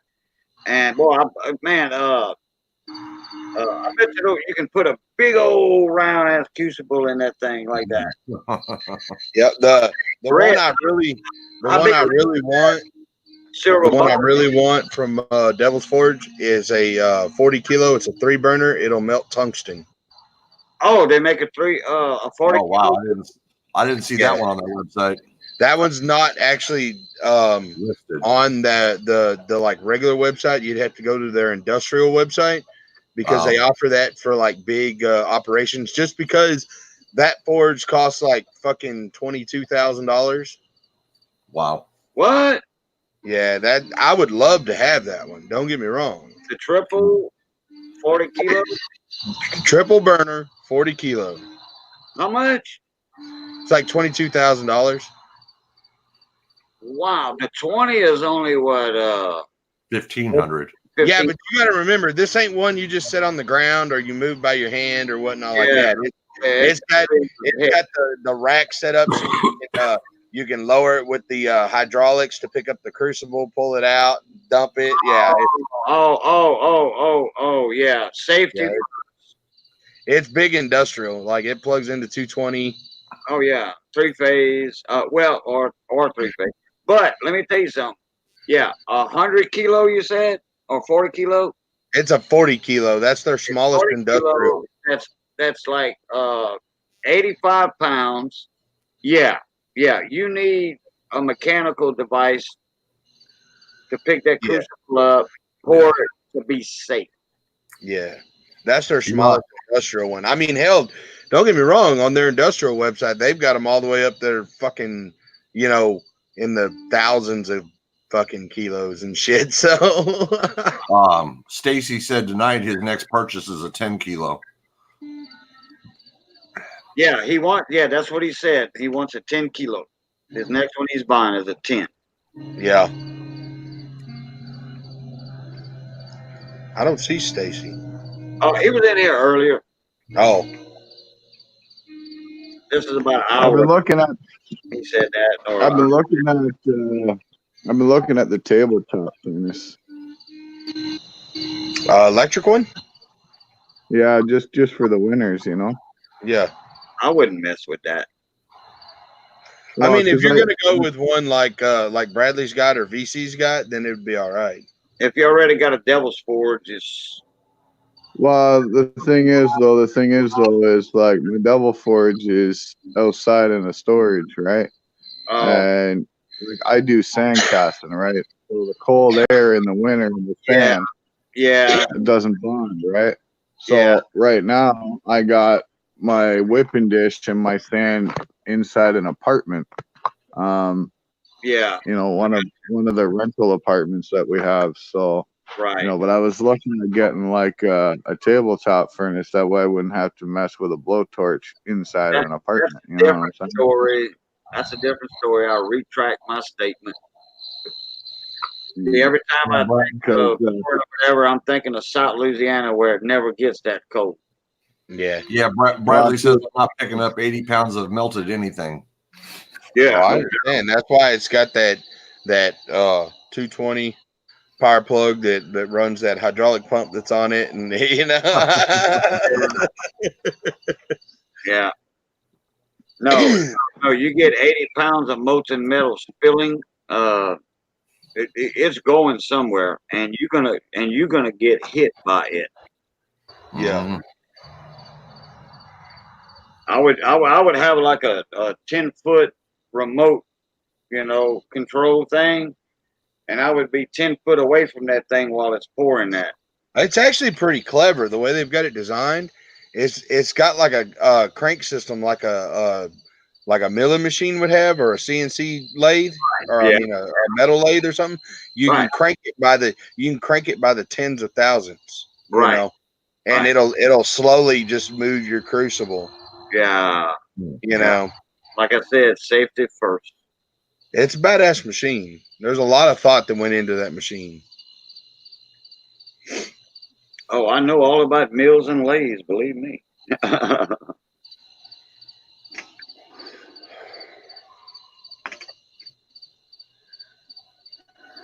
hear the Man crickets. of corn. Love the sound Yeah, of crickets. yeah, I'm outside. Yeah. Oh, really? Crickets and clarinets. Yeah. Yeah. 2 C's. There you go. Where's the third C? And yet, still no microwave. Red's talking about your microwave again, Ted. Oh, yeah. Okay. Okay. I know where the third C comes in. Okay. You got clarinet, cricket, and chocolate. Nah, we ain't got no chocolate. We got cats. Chocolate covered crickets. The 3C. Arizona is the 3C state. Copper, cotton, and cattle. The first time I ever seen a copper paint job on a car is when I was living in Tucson, Arizona. There's a lot of paint jobs on cars, vehicles that are copper. Well, Copper color, and they nice. tomorrow is another learning experience for here at the TLT compound. We're gonna try another way of pouring this aluminum hammer, and if it works, we may just go ahead and pour a copper one too. What time are you Tim? Are you doing what you said you were gonna do? Yep, I am. Tim, what Nice. time are you coming on? I have exactly no clue. I know it's going to be afternoon. Oh, like say 2 o'clock, 3 o'clock, Yeah, probably somewhere around 2. 4. Okay, all right, that'll work. I'll better catch it then. So it's Uh, probably going to be somewhere around. I gotta go to the LCS. That's a 2.5 hour round trip. Are you doing a solo pour tomorrow, Tim, or? I don't know. I mean, I ain't got nobody beating down my door to do a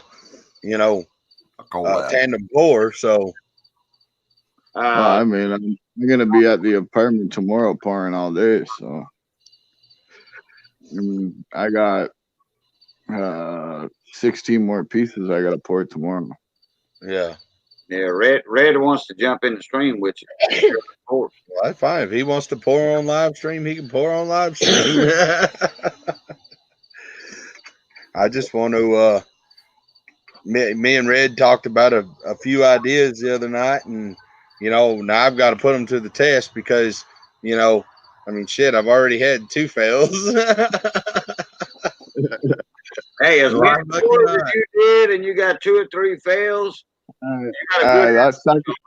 Hey, that second one would have worked, dude, if it was all welded though. Yeah, it would have, but Bradley said he'll pour with me. All right, there you Well, go. we can have 3 fucking people pour. Yeah. Fuck it. Just make a big ass pour, just have it, pouring by TLT, Redneck Stacker, and Bradley Height. Let's draw the crowd in. Fuck it. It sounds like you need to fire up Redneck Metals tomorrow. I don't know. Yeah, well, that will be redneck metal.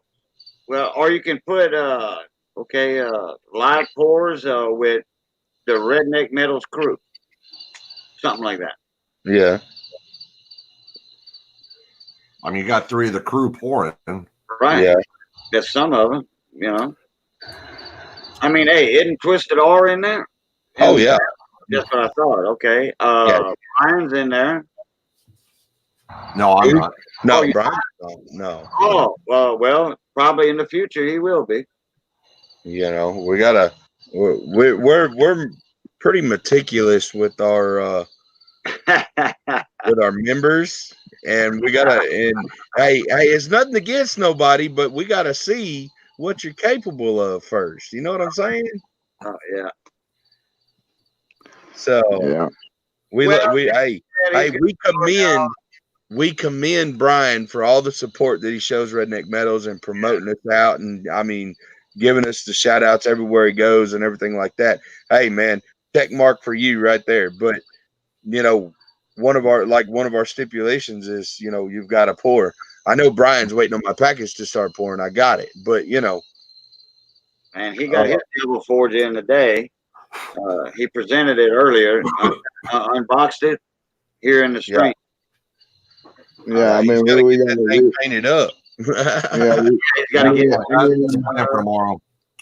at the end of the day, we gotta see him. We gotta see him pour, see what he can do, and then you know, I mean, also at the same time, we gotta see how we grow too when we launch, right? So Yeah, that's what I'm saying. You know,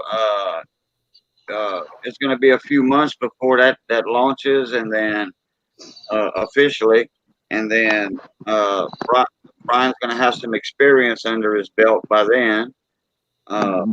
yeah, we want to see how creative people get. You know what I'm saying? That's what I was saying, and you know, he'll be an add-on in the future, more than likely. You know?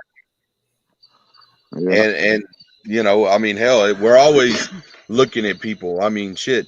I know me and Red are gonna release with just the 6 we got, and we've said that several times on live streams. You know, but I mean, don't think that stopped me and Red from looking at people and discussing people. Right. I don't know.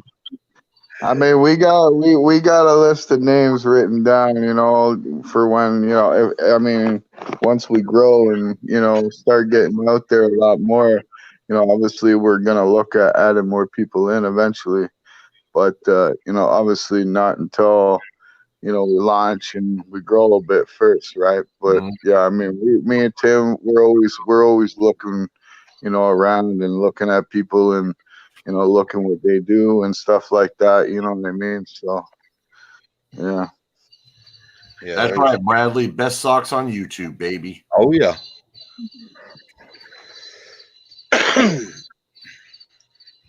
Believe me, we were real surprised that the guys we did offer it to, you know, decided to join. So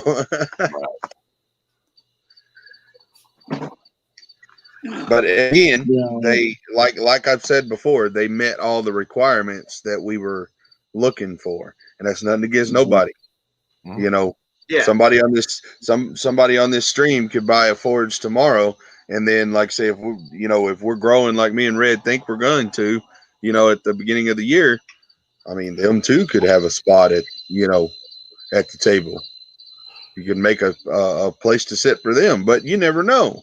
We got to see how creative you're going to get with it, because exactly. I mean, we get the other night, our creative juices are flowing, and I'm showing all of my fails and successes, and hey, you got to get more creative.